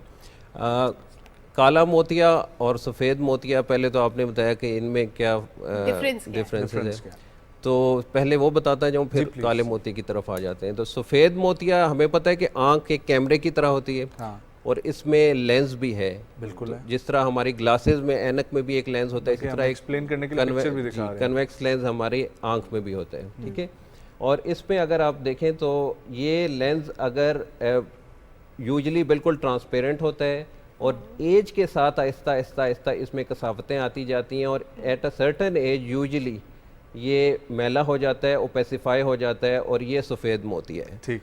तो इसमें एक दुनिया में नाबीनापन की सबसे बड़ी वजह जो है वो सफ़ेद मोतिया ही है। लेकिन लकीली सफ़ेद मोतिया क्योरेबल है, ट्रीटेबल है। सही। और इसका अगर ऑपरेट कर दिया जाए तो ना सिर्फ ये, और अगर मरीज़ का पीछे पर्दा ठीक है, उसका नर्वस सिस्टम ठीक है, तो ना सिर्फ ये कि बीनाई लौट आती है बल्कि बहुत से लोगों को इतना अच्छा नज़र आता है कि जितना बचपन से कभी उन्होंने देखा ही नहीं ये होता। सफ़ेद मोतिये में होता है। जी, सफ़ेद मोतिये की बात कर रहे हैं। काला मोतिया इससे ज़रा डिफरेंट चीज़ है। काला मोतिया हमारे जो नज़र की नस है, ऑप्टिक नर्व, ये उसकी बीमारी है जिसमें बतदरीज जो नर्व के सेल्स हैं वो ख़त्म होते जाते हैं या डैमेज होते जाते हैं या उनकी डेथ होती है। और उसकी वजह से नज़र आहिस्ता आहिस्ता कम होती है, शुरू में गैर महसूस अंदाज में होती है, और अगर इसका बर वक्त उसको डायग्नोज ना किया जाए और तशखीस ना हो और इलाज शुरू ना किया जाए तो इससे अनफॉर्चुनेटली ब्लाइंडनेस भी हो जाती है। और ये ब्लाइंडनेस उस ब्लाइंडनेस से डिफरेंट है जो सफ़ेद मोतिये की होती है। जैसे मैंने बताया कि सफ़ेद मोतिये की ब्लाइंडनेस जो है वो क्योरेबल है, ट्रीटेबल है, लेकिन काले मोतिये में क्योंकि नर्व सेल्स डैमेज हो जाते हैं तो फिर इनको जो है ये दोबारा से रीजनरेट नहीं होते। लेकिन सेल्स किस एज में डैमेज होना शुरू होते हैं? ये काला मोतिया जो है ये मल्टीफैक्टोरियल डिजीज़ है और इसकी कोई स्पेसिफिक एज नहीं है, लेकिन usually it is considered as an old age disease. Usually 40 years के बाद इसका रिस्क जो है वो बढ़ जाता है। जब हम ग्लोकोमा की बात करते हैं ना या काले मोती की, तो ये एक ग्रुप ऑफ डिसऑर्डर्स है, ये कोई एक बीमारी नहीं है, इसके अंदर फर्दर सब टाइप्स भी हैं। हाँ, मैं वही पूछना चाह रहा था कि जब आपने जिक्र किया ना कि इसका इलाज हो सकता है लेकिन एक हद तक हो सकता है, स्टार्ट के भी इसको प्रिवेंट कर लिया जाए, तो वो ऑब्वियसली स्टेजेस होंगे ना, और उसके बाद बीमारी इवॉल्व करती जाएगी और फिर उसके मुख्तलिफ टाइप्स बनती जाएंगी। तो इसकी कितनी स्टेजेस हैं और क्या क्या सेफ स्टेजेस हैं जहाँ से आप वापस ठीक कर सकते हैं आँख को? हाँ जी, जैसा मैंने वो कहा कि ये एक मल्टीफैक्टोरियल डिजीज़ है और इसकी टाइप्स भी हैं। तो टाइप्स में जो होता है, पहले तो हम ये देख लेते हैं कि इसमें एक तो हम इसको क्लासिफाई करते हैं एज ऑफ ऑनसेट के हिसाब से। यानी इसमें अगर बिल्कुल पैदाइशी तौर पे भी काला मोतिया हो सकता है, उसको कंजेनिटल ग्लोकोमा या पैदाइशी काला मोतिया कहते हैं। लकीली ये इतना कॉमन नहीं है, रेयर है, लेकिन है बहरहाल। और जो एज एक्वायर्ड ग्लोकोमा है यूजुअली वो 40 इयर्स के बाद होता है और ये कॉमन है। और ये इसके फर्दर सब टाइप्स भी हैं जो हम बाद में डिस्कस कर सकते हैं। आपने जो पूछा कि ये इसकी क्या रेशियो, हाँ जी, कितना है कॉमन, हाँ, या शराब बता तो दें। इसमें ये है कि इस वक्त दुनिया में मैंने जैसे बताया कि काला मोतिया नाबीनापन की दूसरी बड़ी वजह है और अनट्रीटेबल कॉज की ये पहली कॉज है जो पहले नंबर पे आती है। काले मोतिये में इस वक्त जो एक एस्टिमेटेड नंबर है दुनिया भर में वो तकरीबन 8 करोड़ अफराद हैं जो काला मोतिया से मुतासर हैं। 8 करोड़। और जो ट्रेंड प्रोजेक्शंस हैं कि अगर यही ट्रेंड जिस हिसाब से ये बढ़ रहा है तो ये अगले 15-16 साल में ये तकरीबन 11 करोड़ तक ये नंबर चला जाएगा। डॉक्टर साहब क्या वजह है? देखें साइंस तो इस पर भी अब काम करिए स्टेम सेल के ऊपर कि जो चीज़ जो हमारी बॉडी के ऑर्गन में स्टेम सेल नहीं है उनमें भी एक्टिवेट कर दिया जाए ताकि उसकी ग्रोथ हो सके। तो ये आई क्या, ये जो ये डिजीज़ है ग्लूकोमा खास तौर पर, इस पर रिसर्च अरसा दराज से चल रही होगी, तो कहाँ पर आके ये रुक जाती है रिसर्च? क्या प्रॉब्लम्स आ रही हैं? जी बिल्कुल, ये आपने बड़ा अच्छा क्वेश्चन किया है। और स्टेम सेल टेक्नोलॉजी का अक्सर हमसे पेशेंट्स भी बहुत पूछते हैं। और जब स्पेशली एक ऐसी स्टेज पे पेशेंट आता है जब बिल्कुल वो ब्लाइंड हो जाता है तो उस वक्त उसकी लास्ट होप के तौर पे यही कुछ होते हैं कि क्या स्टेम सेल टेक्नोलॉजी से हम कुछ एक्सपेक्ट कर रहे हैं। तो डेफिनेटली स्टेम सेल टेक्नोलॉजी और जो जेनेटिक बायो मॉडलिंग ये ऐसे फील्ड्स हैं जिस पे बड़े अरसे से काम हो रहा है ग्लोकोमा में। सही जी। अच्छा डॉक्टर साहब, आपने बताया कि ये मल्टीफैक्टोरियल है, अगर आप उसमें फैक्टर्स भी ऐड कर दें कि जेनेटिक फैक्टर्स के अलावा क्या चीज़ें इन्वॉल्व होती हैं काले मोतिये में? जी, इस पे फैक्टर्स जो होते हैं या रिस्क फैक्टर्स, उनको हम क्लासिफाई कर सकते हैं मॉडिफाइबल रिस्क फैक्टर्स में ठीक है। और अनमॉडिफाइबल जो जिनको नहीं मॉडिफाई कर सकते। ठीक। मॉडिफाइबल रिस्क फैक्टर्स जो हैं यानी ऐसे रिस्क फैक्टर्स जो जिनको हम बदल सकते हैं और उसकी हेल्प से हम इस बीमारी को ट्रीट कर सकते हैं या किसी हद तक आगे बढ़ने से रोक सकते हैं। उसमें सबसे इम्पॉर्टेंट है आँख का इंटरनल प्रेशर, जिसको इंट्राओकुलर प्रेशर कहते हैं। ठीक है। अंदरूनी दबाव। ठीक है। जिस तरह हमने ब्लड प्रेशर का नाम तो सबने सुना हुआ है, और ब्लड प्रेशर एक नॉर्मल फिनोमेना है, लेकिन अगर वो ज़्यादा हो जाए या कम हो जाए तो वो एक बीमारी है, हाइपरटेंशन या hypotension. Similar is the case कि अगर आँख के अंदर एक नॉर्मल प्रेशर जो होता है वो आँख के अंदर एक फ्लूइड सर्कुलेट कर रहा होता है, और ये फ्लूइड आँख के जो इंटरनल टिश्यूज़ हैं, स्पेशली जो कॉर्निया है और की अंदर वाली सतह और लेंस, उसको ये नरिशमेंट दे रहा होता है, ऑक्सीजन दे रहा होता है और उसमें से जो है फजलात रिमूव कर रहा होता है। तो ये पानी की सर्कुलेशन से एक आंख में प्रेशर बिल्डअप होता है और इसको इंट्राओकुलर प्रेशर कहते हैं। ठीक है। जिसकी एक रेंज है जो कि स्टैटिस्टिकली हम कहते हैं कि 10 से 21 तक नॉर्मल आमतौर पे कंसिडर की जाती है मिलीमीटर्स ऑफ मर्करी में। अगर ये प्रेशर बढ़ जाए तो उससे ये होता है कि जो नर्व्स के ऊपर इसका इफ़ेक्ट पड़ता है, और ये जितना बढ़ता जाएगा 30, 40, 50, 60 तो उतना ही ये जो है नर्व सेल्स को डैमेज कर सकता है। और ये मॉडिफाइबल रिस्क फैक्टर इस तरह है कि इसके लिए मेडिसिन मौजूद हैं, वो हम बाद में डिस्कस भी कर सकते हैं। मेडिसिन, सर्जरी या लेज़र से चाहूँगा कि बल्कि अब हम लोग इलाज की तरफ ही आते हैं और शिफ्ट होते हैं, तो सूरत हाल क्या है इलाज की, कहाँ तक जो है वो क्योरेबल है, इसके किस स्टेज तक? जैसा कि मैंने कहा कि क्योरेबल यूजली इसको हम नहीं कहते, क्योंकि ऐसी कोई रेमेडी या इलाज अभी तक नहीं है कि हम मतलब कहेंगे उसके बाद अब आप घर में बैठ जाएं। ग्लूकोमा पहले स्टेज से ही जो है वो खतरनाक है। खतरनाक है जी, इनिशियल स्टेज पे भी खतरनाक है, लेकिन अगर इनिशियली इसको जितना जल्दी डिटेक्ट हो जाए, जितना जल्दी पता चल जाए, तो उतना ही ये मरीज के लिए फ़ायदेमंद है और उसकी बीमारी को वहाँ रोका जा सकता है। सिम्टम्स का आपने जैसे सवाल किया, तो यही इस बीमारी के साथ एक डायलेमा है कि सिम्टम्स अक्सर ये एसिम्टोमेटिक डिजीज़ होती है शुरू में, स्पेशली इसकी अक्सर टाइप्स एसिम्टोमेटिक होती हैं। कुछ टाइप्स हैं जिसमें जैसे प्राइमरी एंगल क्लोजर ग्लोकोमा है या कुछ ऐसी एंटिटीज़ हैं जिसमें यकदम प्रेशर शूट कर जाता है, उसमें सडन पेन शुरू हो सकती है या रोशनी के गिर्द दायरे से मरीज़ को नज़र आने लग सकते हैं। लेकिन ये कुछ टाइप्स हैं। जो सबसे कॉमन टाइप है प्राइमरी ओपन एंगल ग्लोकोमा, जो पाकिस्तान में और दुनिया भर में यूजली सबसे कॉमन कंसिडर किया जा रहा है। इसकी कोई वाज़े अलामात शुरू में नहीं होती, और जैसे मैंने शुरू में अर्ज़ किया था कि ये ऑप्टिक नर्व की डिजीज़ है। ऑप्टिक नर्व में 12 जो होता है 1.2 मिलियन सेल्स होते हैं एक नर्व में। दो नर्व्स हैं तो दोनों नर्व्स में 1.2 मिलियन सेल्स होते हैं। अच्छा, होता ये है कि अब यानी 12 लाख सेल हैं, अगर वो सेल्स डैमेज होते होते होते किसी के 5 लाख या 6 लाख रह गए, तो उससे क्या होगा कि वो जो आँख के पर्दे पे तस्वीर बनी है वो दिमाग तक जो नज़र का एरिया है उसमें अधूरी पहुँचेगी। और कुछ एरियाज तस्वीर में से बिल्कुल मिसिंग हो सकते हैं, और कुछ जो नज़र आ रहे हैं वो थोड़े से धुंधले हो सकते हैं, उसमें कुछ ब्राइटनेस या कंट्रास्ट कम हो जाएगा। ठीक है। होता यह है कि ये क्योंकि दोनों आँखें खुली होती हैं, तो अक्सर एक आँख में जो अलामात ज़ाहिर हो रही होती हैं, आम तौर पे वो बंदा जल्दी फील नहीं करता।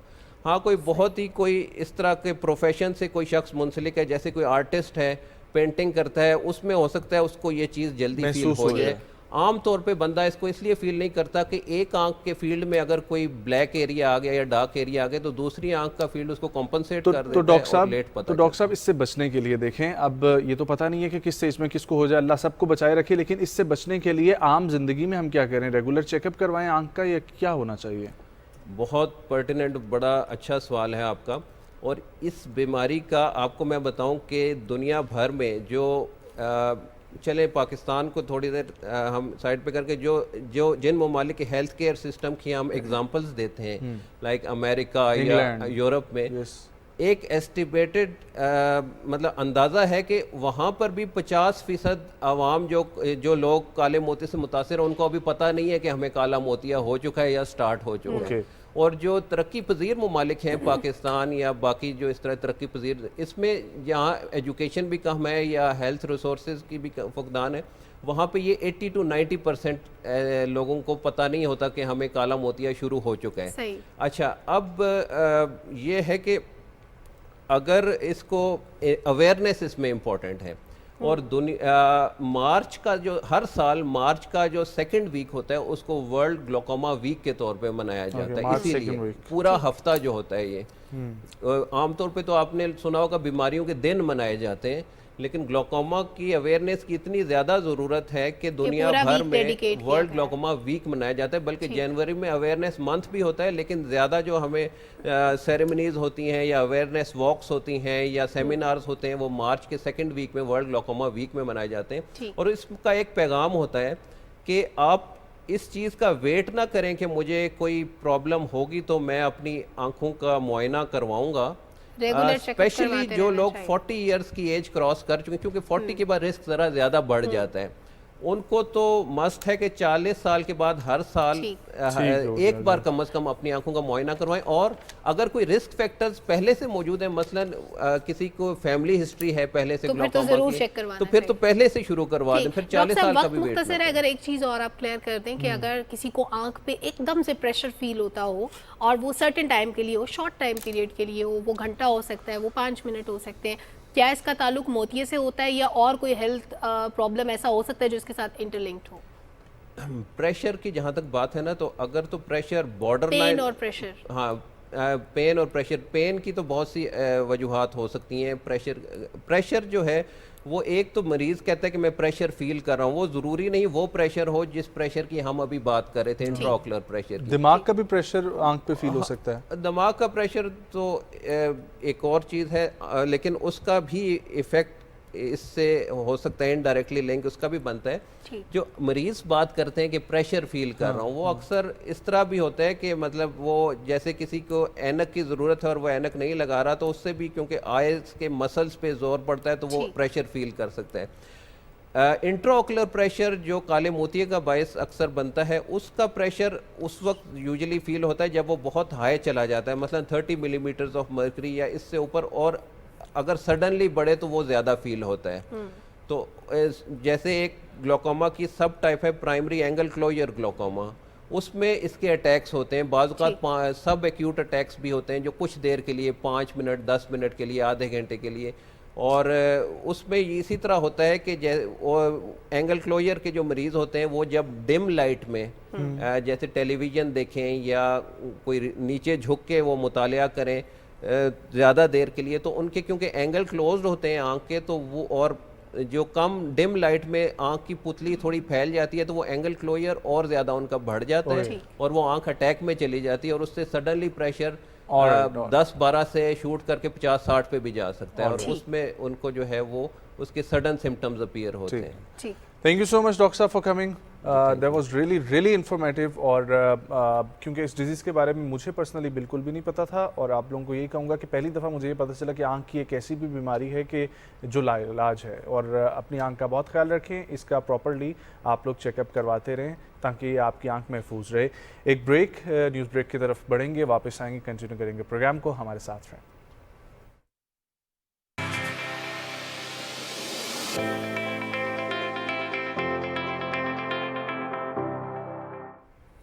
वेलकम बैक नाजरीन। Social media is very important, और जब हम आज के दौर का जिक्र करते हैं तो इग्नोरेंस एक ऐसी चीज़ है जो कि लग्जरी कंसिडर की जाती है, लेकिन ये वो लग्जरी है जो आज के इस दौर में आप एंजॉय नहीं कर सकते। आप अपने आप को इन्फॉर्म्ड रखना चाहते हैं, आप चाहते हैं कि आप तक मालूमात पहुँचे, लेकिन साथ ही साथ प्रोपेगेंडा को अवॉइड करने के लिए बहुत ज़रूरी है कि आप तक ठीक मालूमात पहुँचे, मुस्तनद चीज़ें पहुँचे। अहादीस भी पहुँचती हैं तो मुस्तनद पहुँचे, और अगर कुरानी आयात भी आप तक पहुँचती हैं तो वो बिल्कुल ठीक होनी चाहिए, उनका तर्जुमा तब्दील ना किया गया हो, आयात में कोई रद्दोबदल ना किया गया हो। और ये सारी चीज़ें सोशल मीडिया पे किस तरह वेरीफाई करके हम फॉरवर्ड करें, इसके बारे में हम गाहे बगाहे बात करते रहते हैं, ताकि वो लोग जो इससे अवेयर नहीं है कि किस तरह इस माशरे की जड़ों में ऐसी रॉन्ग इन्फॉर्मेशन फीड की जा रही है जो हमारे लिए नुकसानदेह है, और आयात के को सहारा बनाकर जिस तरह गलत प्रोपेगेंडा किया जाता है उसको कैसे अवॉइड करें ताकि हमारा माशरा इस इंतशार से महफूज रह सके।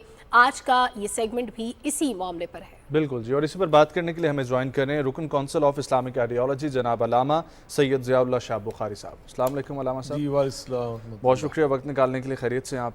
अल्हम्दुलिल्लाह व नश्कुर, हम खैरियत से हैं। अल्लामा साहब, सोशल मीडिया जिस तरीके से जिक्र किया इंपॉर्टेंट तो है, लेकिन दूसरी तरफ कंट्रोल जहाँ पर नहीं कर सकते वहाँ पर एजुकेट तो कर सकते हैं जो यूज़ कर रहे हैं सोशल मीडिया को।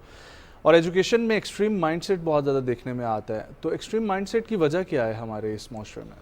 बिस्मिल्लाहिर्रहमानिर्रहीम। मैं यकीनन ये समझता हूँ सबसे पहली बात, इस जो हमारा दीनी इल्म है उससे दूरी, ठीक है, और उससे सही तौर पे ना आगाह होना, ये एक बहुत बड़ा सबब है।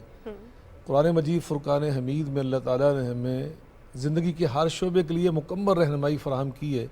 अभी हम जो बात कर रहे हैं, सोशल मीडिया यकीनन अल्लाह की एक बहुत बड़ी नेमत का नाम है, लेकिन उस पर बैसियत एक मुसलमान हम इस बात के पाबंद और मुकल्लफ हैं कि या अय्युहल्लज़ीना आमनू इन जाकुम फासिकुम बिनबइन फतबय्यनु अन तुसीबू कौमम बिजहालतिन फतुस्बिहू अला मा फ़अलतुम नादिमीन, कि जो तुम्हारे पास खबर है पहले उसकी तहकीक करो, छान फटक करो उसकी।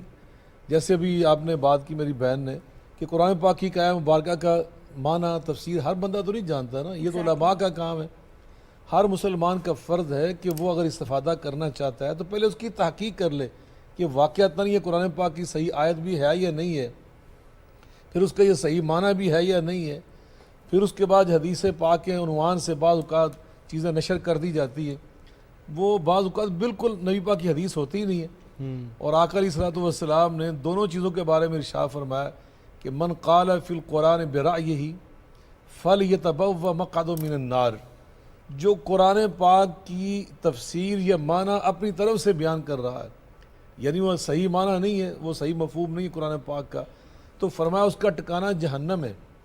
और हम इसको बाज़ औक़ात तबलीग के तौर पर, नशर इशाअत के नाम पर हम आगे फैला रहे होते हैं। इसलिए हदीस पाक के बारे में अपनी बड़ी ताकीद फरमाई कि मन कज़ब अलैहि मुतअम्मिदन फ़लयतबव्वा मक़अदहु मिनन नार, जो बंदा मेरे ऊपर जान बूझ कर झूठ बांध दे जो मेरी हदीस नहीं है और मेरी तरफ मनसूब कर दी जाए, तो फरमाया उसका ठिकाना भी जन्नत नहीं है बल्कि जहन्नम है।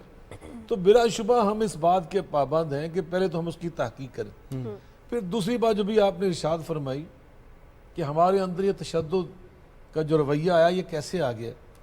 देखिए, इल्म से तहम्मुल पैदा होता है। अच्छा, वल काज़िमीन अल गैज़ वल आफ़ीना अनिन नास वल्लाहु युहिब्बुल मुहसिनीन, कि इंसान गुस्सा बाज़ को आ जाता है किसी चीज़ से, किसी इख्तलाफी अमर से भी इंसान के अंदर एक तैश आता है, लेकिन इल्म बताता है कि आपने क्या रवैया अब अपनाना है।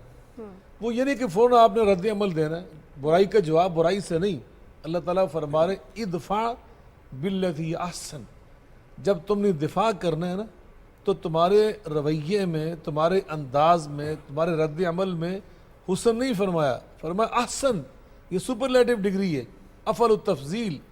और हुसन किसे कहते हैं? गुफ्तगू के अंदर कुरान पाक नबी पाक ने फरमाया कि अर्रिफ़्क़ु ला यकुनु फ़ी शैइन इल्ला ज़ानो वला युनज़अ मिन शैइन इल्ला शानो, जिस गुफ्तगू के अंदर नरमी होती है, मुलायमत होती है, अखलाक होता है, मीठी ज़ुबान होती है, वो खूबसूरत हुसन वाली चीज़ होती है। बेशक। इसलिए यहाँ फरमाया कि जब तुम किसी के साथ रद्द अमल दे रहे हो ना तो अहसन, वो सिर्फ हुसन ही नहीं होना चाहिए, अहसन सुपरलेटिव डिग्री, और ज़्यादा शीरी ज़ुबान, और ज़्यादा एक तहजीब और शाइस्तगी वाली बात।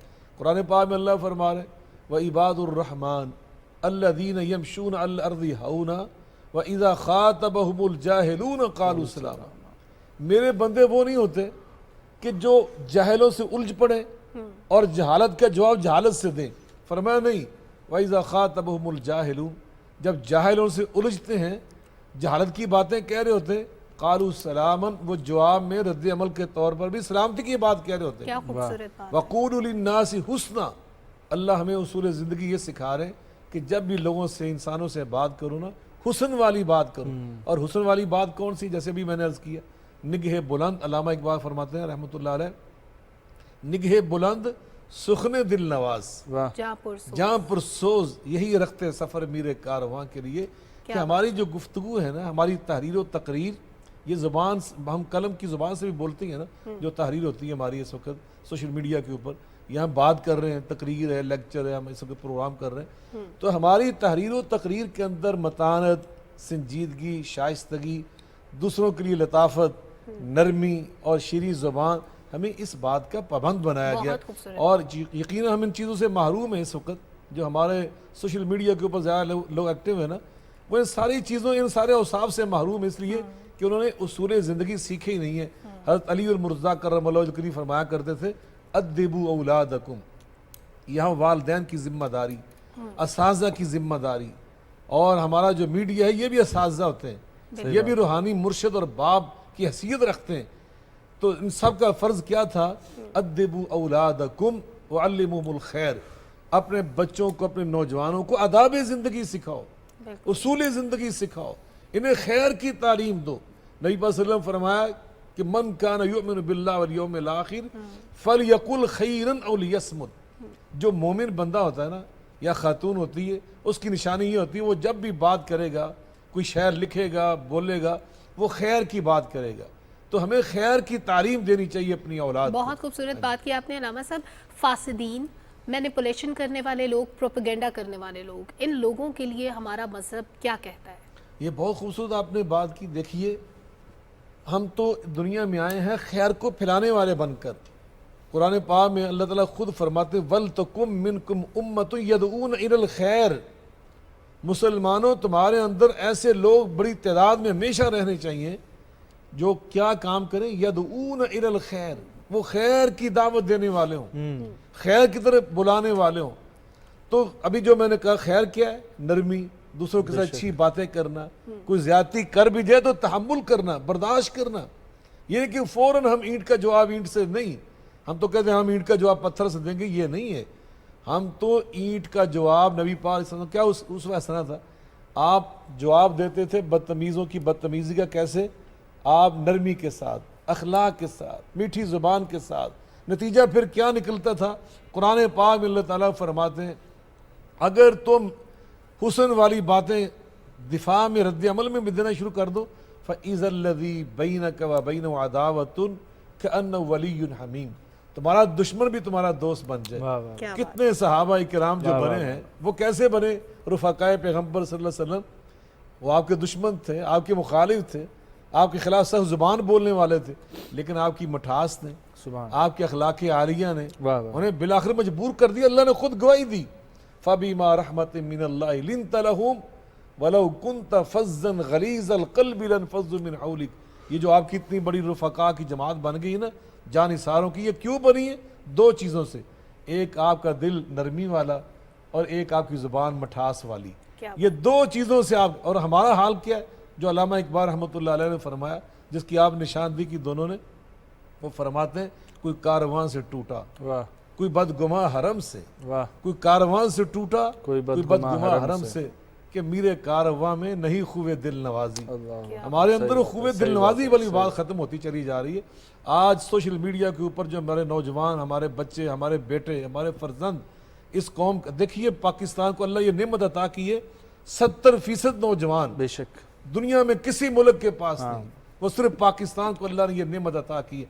हमें चाहिए, हमें बच्चों को समझाएं कि बेटा आपने जब सोशल मीडिया पे बोलना है तो कैसे बोलना है, ये अल्लाह की नेमत है, इसको इस्तेमाल कीजिए अपने मुल्क की बेहतरी के लिए, अपने दीन के महासिन और अच्छा चेहरा इस्लाम का वो दिखाने के लिए, उम्मत मुस्लिमा का अखलाक उजागर करने के लिए। अच्छा अलामा साहब, अब एक ऐसा बंदा जो इसकी तशहीर नहीं कर रहा लेकिन उस तक ये मवाद पहुंच रहा है, उसके ऊपर क्या जिम्मेदारी आयद होती है?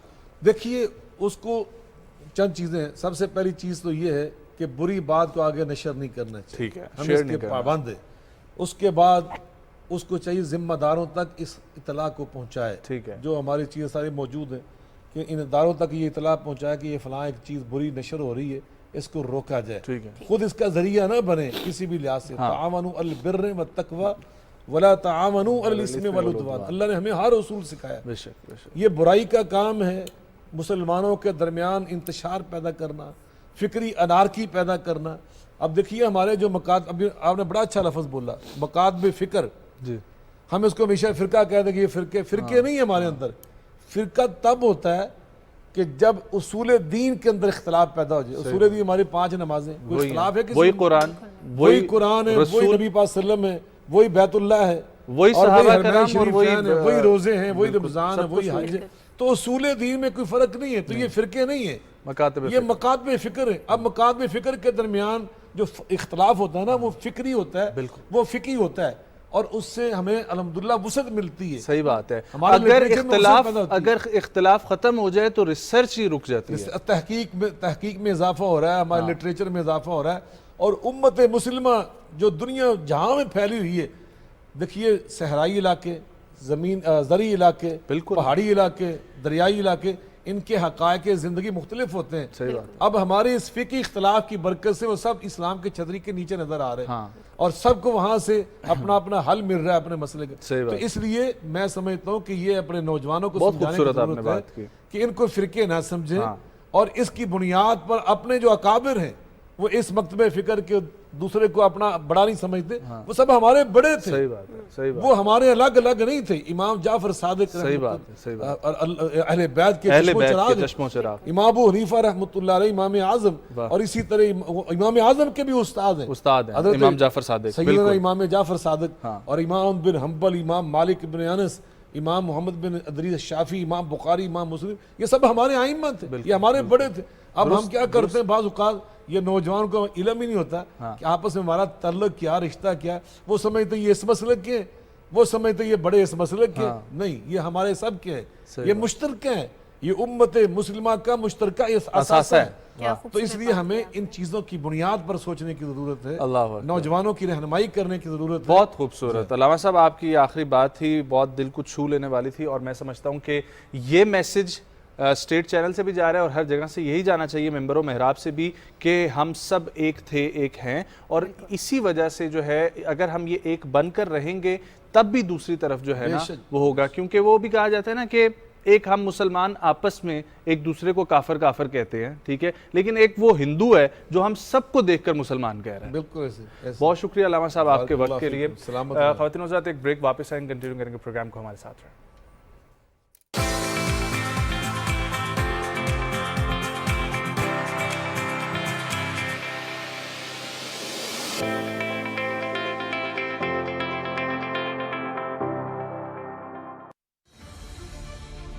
मैं भी आप सब में से बहुत सौ की तरह पाकिस्तान टेलीविज़न को देख कर बड़ा। पीटीवी के पास खजाना है, वो किसी के पास नहीं। बिल्कुल, मैंने कहा कि उसको हम एक डिजिटल स्पेस में, OTT प्लेटफॉर्म में लेकर जाएं। क्या क्या लेजेंड मौजूद हैं।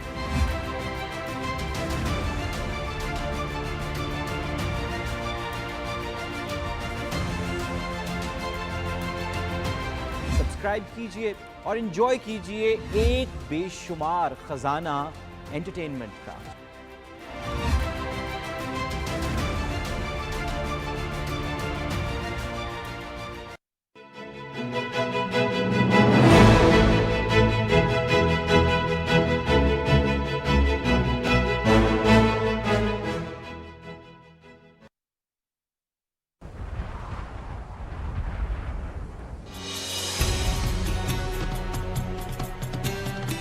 ऑक्सीजन के बगैर सिमिट करना, मैं कहता हूँ कि वही सिमिट है, और ऑक्सीजन जो है वो बड़ा इजी चीज़ है।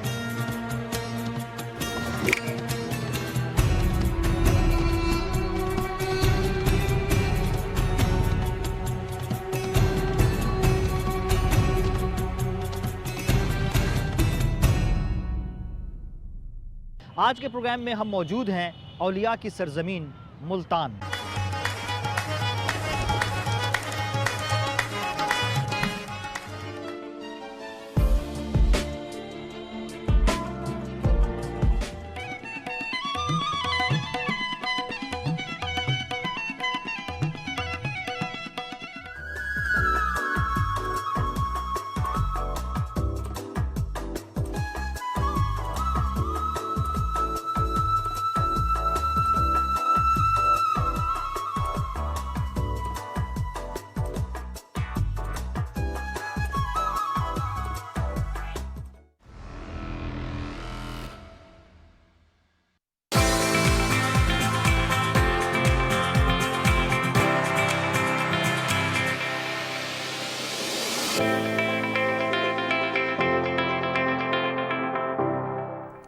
वेलकम बैक नाजरीन। इससे कबल जो हमारा सेगमेंट था उसमें हमने यही बात की कि किस तरह इस एक्सट्रीमिज़म को मात दी जाए, इसको ख़त्म किया जाए माशरे से। जब एक्सट्रीमिज़म की बात होती है तो इससे सबसे ज़्यादा जो तबका मुतासर होता है वो हमारी नौजवान नस्ल है। हमारे नौजवान इससे सबसे ज़्यादा अफेक्टेड हैं और उनको किस तरह से एक्सप्लॉइट किया जाता है, किस तरह शरपसंद अनासर उनको अपने साथ मिलाने की कोशिश करते हैं। ये कोशिशें हमारे सामने, इन कोशिशों को कैसे हमने डिफीट करना है इस पर भी बात करेंगे। और साथ ही साथ हम एक लफ्ज़ यूज़ करते हैं तालीम और तरबियत। आज हम कोशिश करेंगे कि तालीम और तरबियत की नहीं, तालीम के साथ साथ हम बात करें तरबियत और आगाही की। ये दो ऐसी इंपॉर्टेंट चीज़ें हैं जिनकी हमें माशरे में ज़रूरत तो है, लेकिन हमने इसको डिफ़ाइन करना है कि तरबियत असल में किस बला का नाम है। हम हमेशा कहते हैं तालीम होती है, तरबियत होनी चाहिए। तरबियत कहाँ से हो, कैसे हो, तरबियत किस चीज़ का नाम है, किस मामले को हम तरबियत का नाम देते हैं, इसको एक्सप्लोर करते हैं आज। बिल्कुल, और इसी पर बात करने के लिए हमें ज्वाइन कर रहे हैं very senior educationist, vice chancellor Allama Iqbal open university, जनाब प्रोफेसर डॉक्टर नासिर महमूद साहब। अस्सलाम वालेकुम डॉक्टर साहब, थैंक यू फॉर कमिंग। खैरियत से आप? जी बिल्कुल खैरियत से। डॉक्टर साहब, तालीम और तरबियत और ख़ास तौर पर एक्सट्रीम माइंडसेट हम देखते हैं जब, उसका तदारुक करने के लिए स्कूल, यूनिवर्सिटीज़ एंड कॉलेजेस हैं। क्या घर से गलती हुई, असातिज़ा से गलती हुई, कोर्स जो हमें दिया गया पढ़ाने के लिए उसमें गलती हुई, हमने लैक कहाँ पे किया कि ये एक्सट्रीमिज़म नौजवान नस्ल के माइंडसेट में आ गया और अब इसको प्रिवेल किया जा रहा है और बढ़ाया जा रहा है, लेकिन इसके कंट्रोल के लिए हमें क्या करना होगा? अच्छा, मेरी राय में ना जी इसके 2-3 पहलू हैं। प्लीज़। पहले तो देखिए कि इंस्टीट्यूशंस में जब डिटीरिएशन आती है ना किसी भी मुआशरे में, तो वो एक में नहीं आती, फिर वो साइमल्टेनियस सारे इदारों में आती है। उसमें घर भी है, उसमें एजुकेशनल इंस्टीट्यूशंस भी हैं, उसमें बाकी तमाम इंस्टीट्यूशन मुआशरे के हैं, फैमिली का स्ट्रक्चर भी है। हमने ओवर द पीरियड तालीम को सिर्फ़ और सिर्फ कंटेंट पढ़ने तक महदूद करते गए। अच्छा, इसके पीछे आप देखिए कि हमारा जो ओवर एम्फेसिस है ना मार्क्स पे, मार्क्स से और आगे जुड़े हुए कैरियर्स पे, इसने हमें एक एलिमेंट से दूर कर दिया जिसका आपने जिक्र किया था, तरबियत वाला एलिमेंट। वो बराए नाम रह गया। अगर आप आज से 20 साल पहले चलें तो कॉलेजेस में, यूनिवर्सिटीज़ में सोसाइटीज़ होती थी जो स्टूडेंट को कंपल्सरीली इंगेज रखते थे। अच्छा, अभी उसमें देखिए जो एलिमेंट है ना तरबियत का, वो है किस तरह से। इन इंस्टीट्यूशंस में आप स्टूडेंट को ज़िंदगी गुजारने के वो तमाम पहलू जो कंटेंट के अलावा होते हैं वो सिखाते हैं। सही। स्टूडेंट एक सोसाइटी का पार्ट बनता है ना, किसी भी सोसाइटी का पार्ट, डिबेट का, तो उसे आदाब आते हैं कि दूसरों से रीजनिंग कैसे करनी है, आर्गूमेंट कैसे करना है, दूसरे की बात को बर्दाश्त कैसे करना है, ये तमाम पहलू वो वहाँ सीखता है। अच्छा, इसी तरह कोई हाइकिंग क्लब का मेंबर है तो वो वहाँ ये सीखता है कि दूसरों को साथ लेके कैसे चलना है मुश्किल रास्ते पे, ठीक है, सेक्रीफाइसेस कैसे की जाती हैं, डिसीजन मेकिंग कैसे होती है। ये सारे कंपोनेंट हमने आहिस्ता आहिस्ता एलिमिनेट कर दिए और सिर्फ किताबें पढ़ाने तक महदूद कर दिया। आप देख लीजिए किताबें पढ़ने में बच्चे अच्छे हैं, जितने मार्क्स आजकल लेते हैं किसी ज़माने में भी नहीं लेते, कभी नहीं आते थे, अब आते हैं। लेकिन तो जो कंपोनेंट अच्छे मार्क्स लेने वाले स्टूडेंट है, क्या ये जिंदगी के हर शोबे में कामयाब होते हैं? नहीं, ये किसी भी शोबे में कामयाब नहीं होते। मैं अपने स्टूडेंट्स में से आपको बेशुमार मिसालें दे सकता हूँ जो अच्छी जॉब्स पे लग गए लेकिन वहाँ सेटल नहीं हो पाए, क्योंकि सीखा ही नहीं कि एक टीम के अंदर काम कैसे करना। सो वो वहाँ मिसफिट रहे, अपने काम में कॉम्पिटेंट थे लेकिन लोगों के साथ सर्वाइव नहीं करना आया। अब ये चीज़ आप थोड़ा सा इसको एक्सपेंड करके देखिए तो इसके नतीजे में जो मुआशरा बनेगा वो बहुत ज़्यादा इंडिविजुअलिस्टिक होगा, उनके यहाँ फोकस अपने मफाद पे होगा, कम्युनिटी के साथ जुड़ के नहीं होगा। ये जो शक्ल नज़र आई वो बढ़ते बढ़ते बढ़ते बढ़ते आज हम यहाँ पहुँच गए हैं। और डिसएंगेज्ड बंदे को किसी भी एक्सट्रीमिस्ट एक्टिविटी में एंगेज करना सबसे आसान काम है। अच्छा सर, ये जो मैंने अपने इंट्रो में जिक्र किया वर्ड तरबियत, हम किसी भी काम की पहले ट्रेनिंग लेते हैं, उसको हम तरबियत का नाम देते हैं। हज पे भी लोग जा रहे हैं, पहले तरबियत का एहतमाम किया जाता है। ये जो नौजवानों की तरबियत की हम बार बार बात करते हैं, it's a training of life you can say. अब ये ट्रेनिंग ऑफ लाइफ में पूरी सोसाइटी इन्वॉल्व है, आपका तालीमी इदारा, आपके वो लोग जिनसे घुलते मिलते हैं, आपके दोस्त रिश्तेदार, आपके माँ बाप, आपके बहन भाई, आपकी फुप्पो खाला मामू चाचू व्हाट्सएवर। अब ये सारे लोग आपको मुख्तलिफ चीज़ें सिखाते हैं। हम कैसे एक्सपेक्ट करें कि हर बंदा अच्छी चीज़ सिखाएगा, उसमें बुरे एक्सपीरियंसेस भी होंगे। तो ये तरबियत किस चीज़ का नाम है, फिर क्या ट्रेनिंग हो रही है हमारी? अपनी, मेरी नज़र में ना जी, अपनी इक़दार जो हैं उनसे शनासाई, अपने मुआशरे के अंदर रहने के तरीके और कलेक्टिव गुड के लिए लोगों को तैयार करना जो है ना, ये एक कॉन्सेप्ट है मेरे नज़दीक तरबियत का जी।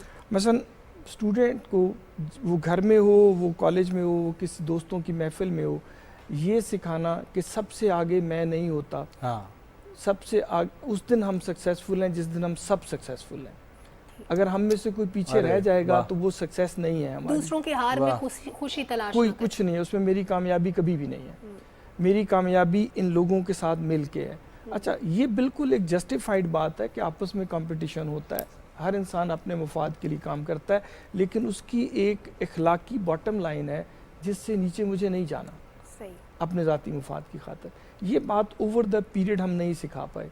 इसी तरह अपनी बात का इजहार इस तरीके से करना कि बात भी आपकी हो जाए और दूसरा हर्ट ना हो, दूसरे की तज़हीक ना हो, हमने ये नहीं सिखाया। हमने मुकाबला ये सिखाया कि मैं जितना ज़ेर कर सकूँगा अपने सामने वाले को, मैं उतना ज़्यादा शायद अपना पॉइंट साबित हम करता किसी की इज्जत नफ्स से खेल के खुशी महसूस करते हैं।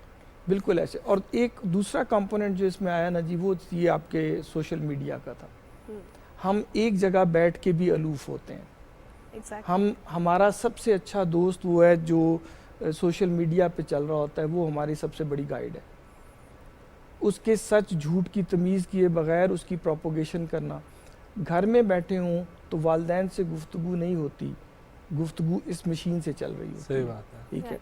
सो एक जगह हो के भी एक जगह नहीं है, और ये मेंटल डैमेज का बहुत बड़ा सबब है। डॉक्टर साहब, एक चीज़ जो अभी तक हम लोगों ने इस टॉपिक में डिस्कशन में बहुत सारे प्रोग्राम्स में एक चीज़ नहीं डिस्कस की, जो मैं आपसे जानना चाहूँगा कि दोस्ती कितनी ज़रूरी होती है और अच्छे दोस्त मिलना कितना इंपॉर्टेंट होता है, ख़ास तौर पर यूनिवर्सिटी कॉलेजेस में जब आप जाते हैं, बच्चा यूनिवर्सिटी में जाता है, वो एक ऐसे माहौल में पहुँचता है जहाँ पर रिस्ट्रिक्शंस बिल्कुल ख़त्म हो चुकी होती हैं उसके ऊपर। वहाँ पर उसको जो दोस्तों का ग्रुप मिलता है या वो खुद ढूंढता है ग्रुप उसको, तो दोस्त तो ऐसा होते हैं कि हम अपनी मर्जी से अपने बना सकते हैं। पड़ोसी इंसान अपनी मर्जी से नहीं चुन सकता, लेकिन दोस्त तो चुन सकता है। तो दोस्ती कितनी इंपॉर्टेंट है और दोस्त कैसा होना चाहिए? देखिए, ये ज़िंदगी का एक वो पहलू है जो बग़ैर किसी ब्लड रिलेशन के भी सबसे मजबूत होता है और आखिर तक चलता है।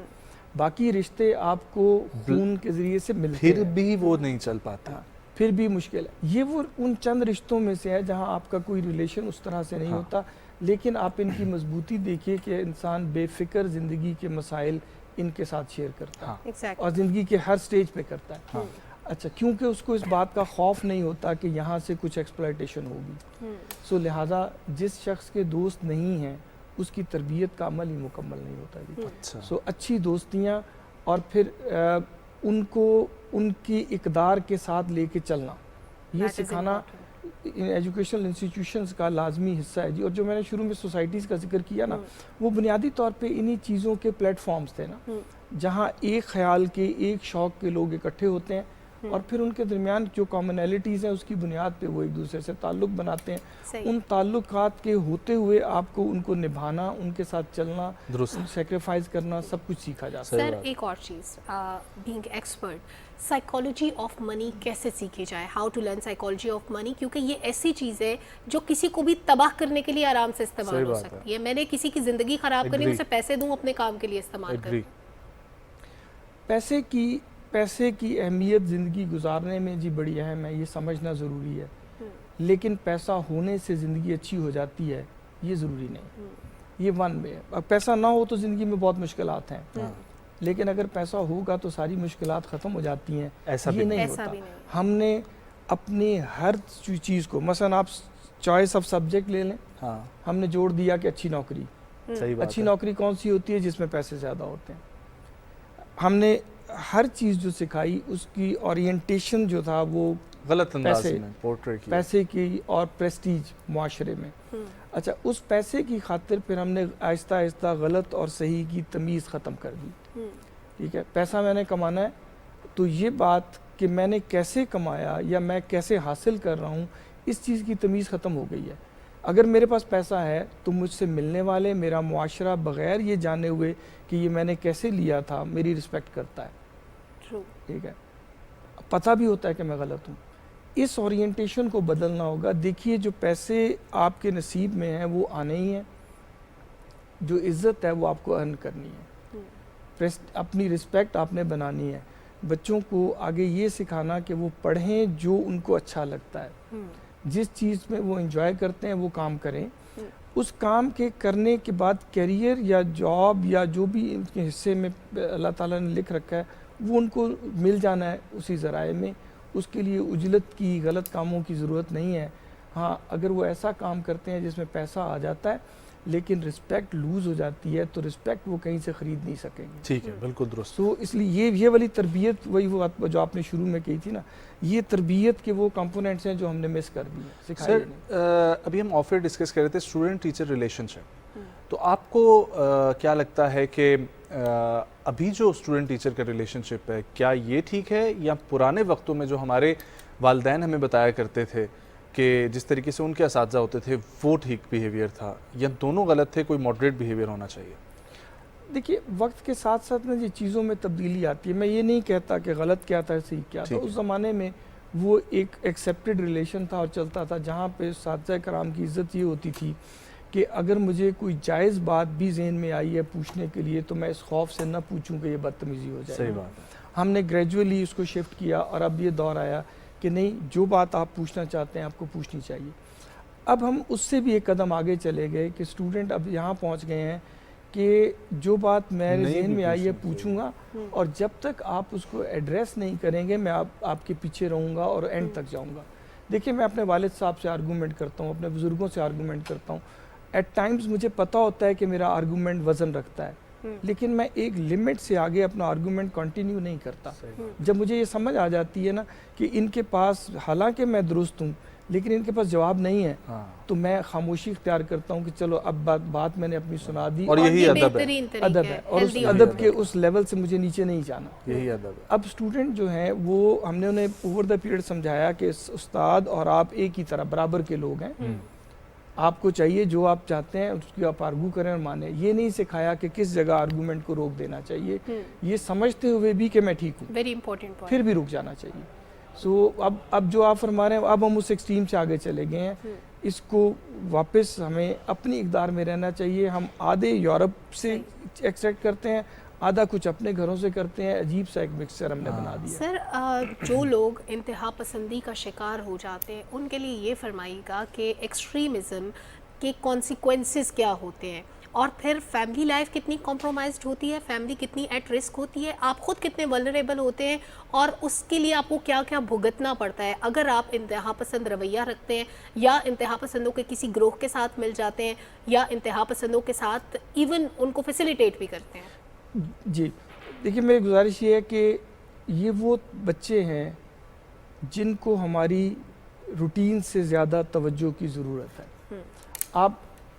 हमने एक छोटा सा स्टडी की थी एक ज़माने में, इनका सबसे पहला फैक्टर जो इनको उधर भेजता है ना, वो disengagement with family, disengagement with friends, disengagement with institution. जब ये समझते हैं ना कि इनको तवज्जो नहीं मिल रही इन जगहों से, तो कहीं ना कहीं तो उसने जाना है ना, फिर उसको एक हमदर्द नज़र आता है ज़ाहिरन, जो उसको एक तरफ अट्रैक्ट करता है, तो वो उसकी तरफ आसानी से चले जाते हैं, बिकॉज उनको वो चीज़ें यहाँ नहीं मिल रही होती। अगर मुझे किसी दिन नज़र आ जाए ना, एक्सट्रीमिज़म तो बहुत बड़ी बात है, अगर मुझे नज़र आ जाता है ना मेरा बच्चा किसी नशे में मुब्तला हो गया, तो मुझे उस दिन चाहिए कि मैं उस पे तवज्जो बाकी बच्चों से ज़्यादा कर दूँ, ना कि उसको लानत मलामत करके अलहदा करके डाल दूँ और किसी जगह हॉस्पिटल में भेज दूँ जहाँ नशे वाले बच्चों का इलाज होता है। उसको मेरी ज़रूरत है। हम इसका उलट रवैया करते हैं। ये जितने बच्चे इन एक्सट्रीमिस्ट ऑर्गेनाइजेशंस के हाथ लगते हैं, ये इन वन वे और अदर अपने आप को इग्नोर्ड और डिप्राइव्ड फील कर रहे होते हैं। जब ये उनको इग्नोर करने का प्रोसेस एक हद तक बढ़ता है तो वो लोग आइडेंटिफाई करके इनको ले जाते हैं, और ले जाते किस तरफ हैं? ज़ाहिरन मज़हब की तरफ ले जाते हैं, क्योंकि वो बहुत आसान है, उसकी मुआशरे में भी एक्सेप्टेंस है कि जी ठीक है, देखें ये बच्चा किस तरह का था, अब तो माशाल्लाह ये नमाज पढ़ने में चला गया, मस्जिद चला जाता है, और फिर वहाँ के वक्त में वो ऐसा जहन इनका बना देते हैं कि इनको लगता है कि आयात सुना के अपनी मर्जी की तशरीहात करनी कि ज़िंदगी का असल मकसद तो ये है। और हम ये जो आप कर रहे हैं ये तो कुछ भी नहीं था, दुनिया में तो कुछ भी नहीं पड़ा हुआ, और ये बच्चे उस तरफ चले जाते हैं। ऐसे मौके पे घर को, साथी को, दोस्तों को उसके साथ अपनी इंगेजमेंट पहले से ज़्यादा बढ़ानी चाहिए ताकि वो वापस इधर को आए। ठीक है डॉक्टर साहब, अभी आपने अपनी बात में जिक्र किया था कि आधा यूरोप और आधा अपनी नेशन। हम लोग कंफ्यूज नेशन क्यों हैं? कभी हम फॉलो करते हैं, अगर हम लोग देखें ओवरऑल लार्जर स्पेक्ट्रम में, तो हमारा कल्चर आया हिंदुस्तान से अफ़गानिस्तान से हमारे कुछ कल्चर वहाँ से आ गया, फिर हम लोगों ने इस्लामिक आइडियोलॉजी अपनी फॉलो की सऊदी अरब से, और अभी पिछले 5 सालों में मैं देखूं तो हमें तुर्की के पीछे भी लगाया गया। तो अगर ये आप देखें तो हम क्यों हैं कंफ्यूज नेशन? अपनी इक़दार में जिन कौमों को प्राइड नहीं होता ना जी, वो ढूंढते हैं दूसरों में जाके। हम यूरोप को जो मर्ज़ी भी कह लें, हर वक्त एस्पायर करते हैं कि भाई वीज़ा अमेरिका का मिल जाए। हाँ, बुरा वो बहुत है, सही बात है, वीज़ा यूरोप का मिल जाए। हाँ। अच्छा, अब उनकी तरह बनने की कोशिश करते हैं, सही बात है, बन नहीं पाएंगे। हमें अपनी इक़दार को, अपने जो हमारे प्रोमिनेंट लोग थे माजी में, उनकी रवायात को, उनकी तालीमात को अपने बच्चों तक पहुंचाना ज़रूरी है। बिल्कुल ठीक है। अगर मैं आज पढ़ाता हूं तो फ़िलासफ़र्स के नाम पूछूं तो अपने नहीं आते, गोरों के आते, वेस्ट के सारे आते हैं। सही फरमाया। और अगर मैं अपने पढ़ लूँ तो ये ख्यालात इन्हीं से निकल के उन तक गए थे, क्योंकि पहले हमारा दौर था, उसके बाद यूरोप का दौर था। exactly. तो जो हमारे फ़िलासफ़र्स ने जो बातें बताई थी, उन्हीं से एक्सट्रैक्ट करके वो बने हुए हैं। लेकिन अपने नहीं आएंगे, वो आएंगे। सही बात है। आप जब तक अपने इक़दार को, जी मैं मज़हब ने कह ही नहीं रहा, हाँ, अपनी मुआशरत को, अपने इक़दार को चेरिश नहीं करेंगे तो ये आप इसी तरह भटकेंगे दूसरी जगह। बहुत शुक्रिया डॉक्टर साहब फॉर कमिंग, बहुत अच्छा लगा आपसे गुफ्तगू करके। सर सलामत रहें, और हम उम्मीद करते हैं कि ये हमारी सैर हासिल गुफ्तगू जो है किसी के लिए फ़ायदेमंद भी रही हो। बहुत शुक्रिया डॉक्टर साहब। ख़वातीन और हज़रात, ये बहुत अहम है, और ये जिस तरीके से हमने अभी डिबेट में जिक्र किया कि एक्स्ट्रा करिकुलर एक्टिविटीज़, और जब आप एक बच्चे को सपोर्ट करते हैं, जब वो स्कूल, यूनिवर्सिटी और कॉलेज के अंदर होता है, तो वही बच्चा पाकिस्तान का नाम रोशन करता है, डिफरेंट स्पोर्ट्स में जाके पाकिस्तान के एम्बेसडर के तौर पर फेस ऑफ पाकिस्तान बनकर। और इसी तरीके से हमारे पास आज एक और शख्सियत मौजूद है जो कि बॉक्सिंग के शोबे से जिनका ताल्लुक है, जो कि बड़ी ज़बरदस्त स्पोर्ट्स में एक ऐसी चीज़ है कि जो फिजिकल एक्टिविटी होने के साथ साथ आपकी मेंटल ग्रोथ के लिए भी अच्छी है, और साथ ही साथ ये जो बॉक्सर्स है ये दुनिया भर में पाकिस्तान का नाम रोशन भी कर रहे हैं। और आज जो हमारे साथ मेहमान मौजूद हैं वो बेशुमार वर्ल्ड क्लास खिलाड़ी जो पैदा हुए उनमें से एक ऐसा नाम है जो कि लोगों को प्रोड्यूस करने में इनका बड़ा रोल होता है। प्रोग्राम में मौजूद है पाकिस्तान बॉक्सिंग काउंसिल के सदर। उनसे जानेंगे कि हम कितना काम कर रहे हैं, कितना इसको प्रमोट कर रहे हैं, और कितना हम ग्रो कर चुके हैं इस शोबे में। अस्सलाम वालेकुम जी, हमारे साथ मौजूद हैं अब्दुल रशीद बलोच साहब, बॉक्सिंग काउंसिल के सदर। अस्सलाम वालेकुम सर। वालेकुम अस्सलाम। खैरियत से हैं आप? जी अल्हम्दुलिल्लाह खैरियत से। बलोच साहब, ये बताइएगा कि माशाल्लाह से बॉक्सिंग अब पाकिस्तान में ग्रो होना शुरू हो गई है। आज से तकरीबन 6-7 साल पहले नज़र डालें तो बॉक्सर्स मौजूद थे, काउंसिल्स भी मौजूद थी, लेकिन अब माशाल्लाह से ऐसे लड़के और लड़कियां आ रहे हैं जो गिलगित से ताल्लुक़ रखते हैं, हज़ारा से रखते हैं, केपी से रखते हैं, बलूचिस्तान से रखते हैं, जो पाकिस्तान को आगे रिप्रेजेंट कर रहे हैं। तो कैसा लगता है आपको अपनी स्पोर्ट्स को इस तरह ग्रो करते हुए देख के? बहुत खुशी होती है। जैसा कि मेरे सीनियर्स जो बॉक्सिंग के हैं, जिनकी एज 70s में है, 80s में है, कुछ सीनियर्स हैं जो न्यूजीलैंड से, स्टेट से और जापान से हैं कुछ, तो मेंटोर्स में कहूँगा उनको, हांगकांग से, मकाओ से। तो उनसे मेरी डिस्कस होती है और वो कहते हैं कि एक जनरेशन लग जाती है जब कोई भी आप स्पोर्ट किसी कंट्री में आप इंट्रोड्यूस कराते हैं। तो मुझे ये देखकर बड़ी खुशी होती है कि आज 6 साल की मेहनत के बाद, जब से प्रोफेशनल बॉक्सिंग इंट्रोड्यूस हुई है पाकिस्तान में, आज हमारे पास जो है जूनियर जो यूथ का एक वर्ल्ड टाइटल भी है, और उसके अलावा एशियन चैंपियंस भी हैं। वर्ल्ड रैंकिंग में हमारी फीमेल्स जो है वो टॉप 30s में, टॉप 20s में हैं, तो देखकर बड़ी खुशी होती है। ठीक, अब्दुल रशीद साहब, इससे पहले कि हम बाकी चीज़ों पे बात करें, मैं चाहती हूँ थोड़ा सा इसको डिफाइन करें कि जो बॉक्सिंग काउंसिल है इसका किरदार क्या है, ये किस तरह ऑर्गेनाइज करती है बॉक्सर्स को, और बॉक्सर्स के लिए कितनी बेनिफिशियल है ये ऑर्गेनाइजेशन? देखिए, बेनिफिशियल की बात है तो आज से पहले, जब 2016 से पहले जब मैंने इंट्रोड्यूस कराया प्रोफेशनल बॉक्सिंग पाकिस्तान में, पहले प्रोफेशनल बॉक्सिंग नहीं थी, जिसकी वजह से हमारे जो एमेचर के बॉक्सर्स थे, जिस तरह हुसैन शाह, मोहम्मद वसीम और हैदर अली, असगर अली शाह और बहुत से बॉक्सर, मैं खुद, हमें जो है लाइसेंस लेने के लिए प्रोफेशनली, चाहे डजंट मैटर आपका क्या लेवल था, आप ओलंपियन थे, मेडलिस्ट थे, आप जो भी थे, आपको बाहर के प्रमोटर से रब्ता करना पड़ता था। आपको वीज़ा अप्लाई करना पड़ता था, टिकटें लेनी पड़ती थी, अपने स्पॉन्सर देखना पड़ता था और जाकर वहाँ सिर्फ एक लाइसेंस लेने के लिए प्रोफेशनल बॉक्सिंग का दूसरे ममालिक में प्रमोटर्स को अप्रोच करना पड़ता था। आज हमारे पास ये सहूलत है, हमारे बच्चों के पास, हमारे लड़कों के पास, लड़कियों के पास, कि वो पाकिस्तान में बैठे बैठे प्रोफेशनल बॉक्सर बन जाते हैं और उनकी वर्ल्ड रैंकिंग मिल जाती है उन्हें, और वो कोई भी टाइटल जाके क्वालिफाई करे तो वो खेल सकते हैं। ये एक बहुत बड़ा जो है फायदा हुआ है। नो डाउट सर, आपने बिल्कुल इस तरीके जिक्र किया, लेकिन यहाँ पर कुछ फेडरेशन के भी मसले मसाइल है। हम मसले मसाइल में नहीं पढ़ते, लेकिन आपने जो जिक्र किया, हमारे पास ऐसे बहुत सारे बॉक्सर्स मौजूद हैं जो एमेच्योर में 11-11 साल जिन्होंने खेली है, लेकिन उनका नाम नहीं हुआ। तो इसका नो डाउट आपको क्रेडिट जाता है, आपने प्रोफेशनल बॉक्सिंग लेकर आए।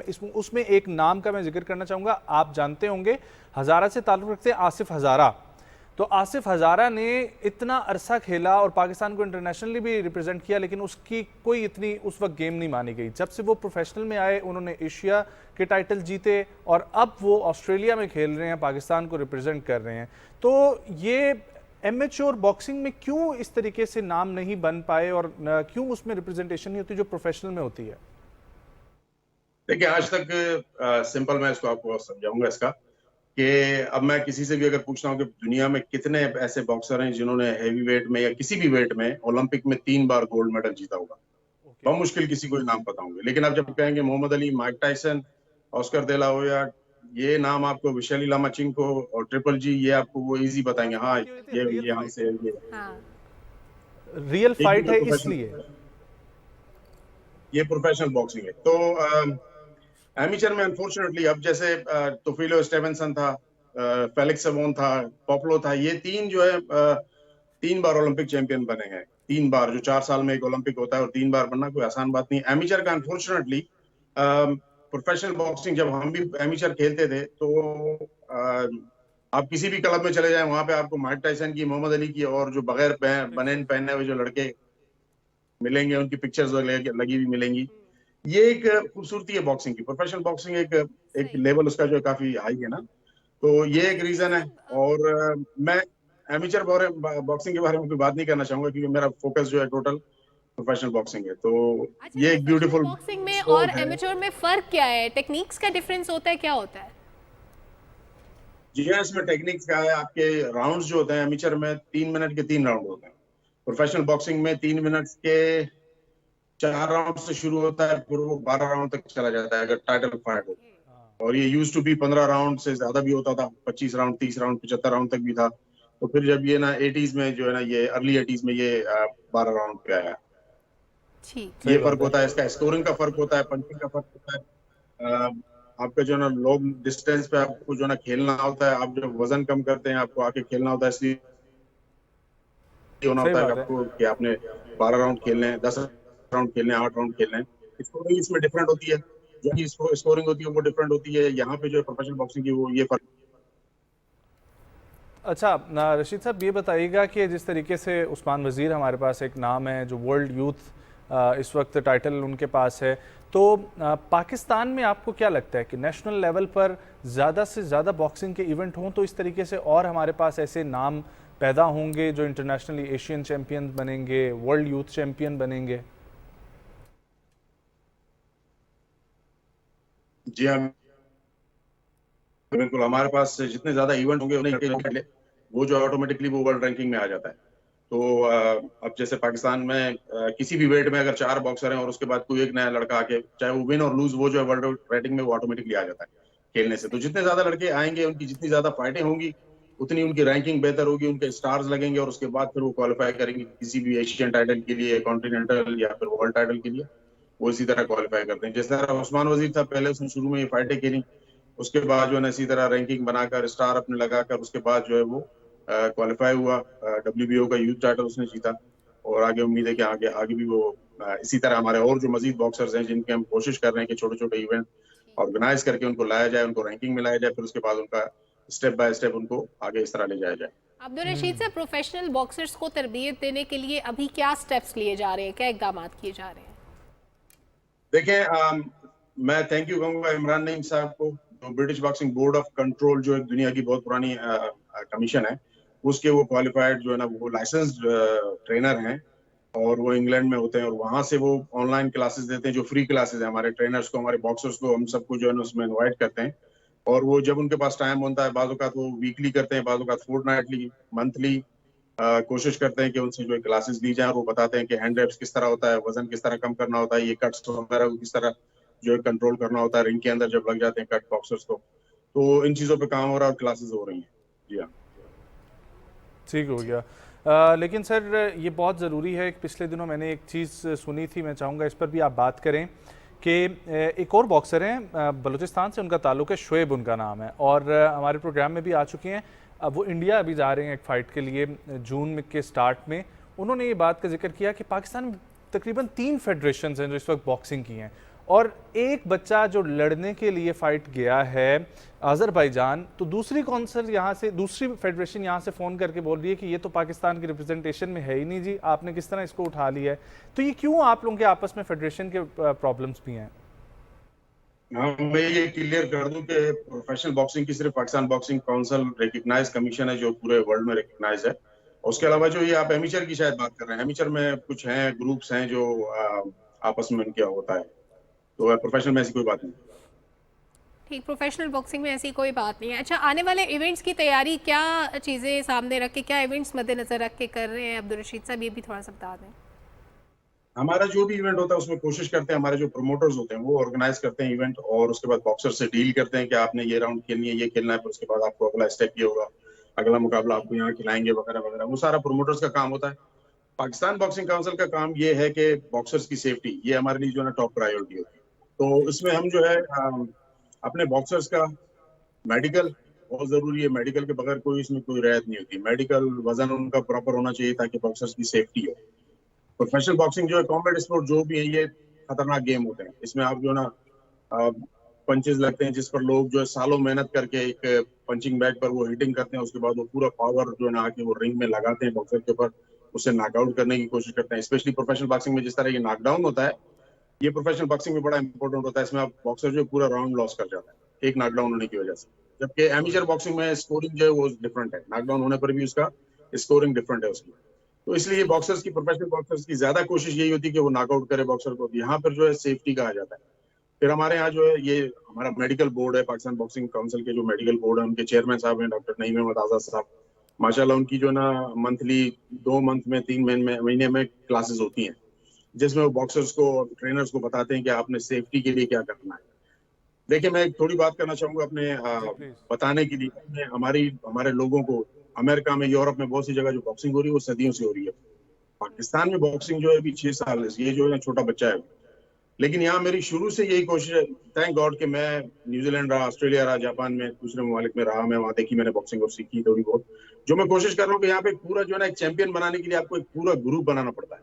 आपके पेरेंट्स इन्वॉल्व होते हैं उसमें, आपके सिस्टर्स, ब्रदर्स, आपके फ्रेंड्स, आपके स्पारिंग पार्टनर्स, आपका ट्रेनर, आपका फिजिकल फिटनेस ट्रेनर, आपका न्यूट्रिशनिस्ट, आपका सारा जो है ना मिलकर एक चैंपियन बनाते हैं, जो आसान नहीं है। ये एक मैसेज देना चाहूंगा आपके प्लेटफॉर्म से, लोगों को समझने की कोशिश करें। हमारी जो सख्तियां हैं मेडिकल की, जिसमें कोई जो है ना उसमें हम रियायत नहीं करते हैं, वो शायद लोगों को समझ नहीं आती है कि ये बीमारियां जो होती है वो लग जाती हैं बॉक्सर्स को। कॉम्बैट स्पोर्ट है, इसमें कॉन्टेक्ट स्पोर्ट, जब लगती है कोई चीज, पंच लगता है, थूक से, पसीने से जो है ना ट्रांसफर हो जाती है डिजीज। तो ये हमारी सख्तियों की वजह ये होती है। उसके अलावा जो क्लासेस वगैरह हम करा रहे होते हैं, उसका मकसद यही होता है कि कुछ सीखें। देखिए, मैं हर एक को तरबियत का सिलसिला भी बॉक्सर्स का चलता रहे, क्योंकि जहाँ पर इतने पाकिस्तान को रिप्रेजेंट कर रहे हैं वहाँ पर उनका ख्याल रखना हम सबकी ही जिम्मेदारी है। बहुत शुक्रिया अब्दुल रशीद बलोच साहब आपके वक्त के लिए। ख़वातीन हज़रात, मुझे, सलमा को, पाकिस्तान की पूरी टीम को दीजिए इजाज़त। आप लोगों से मुलाकात होगी कल। बहुत सारा ख्याल रखें। अल्लाह हाफ़िज़।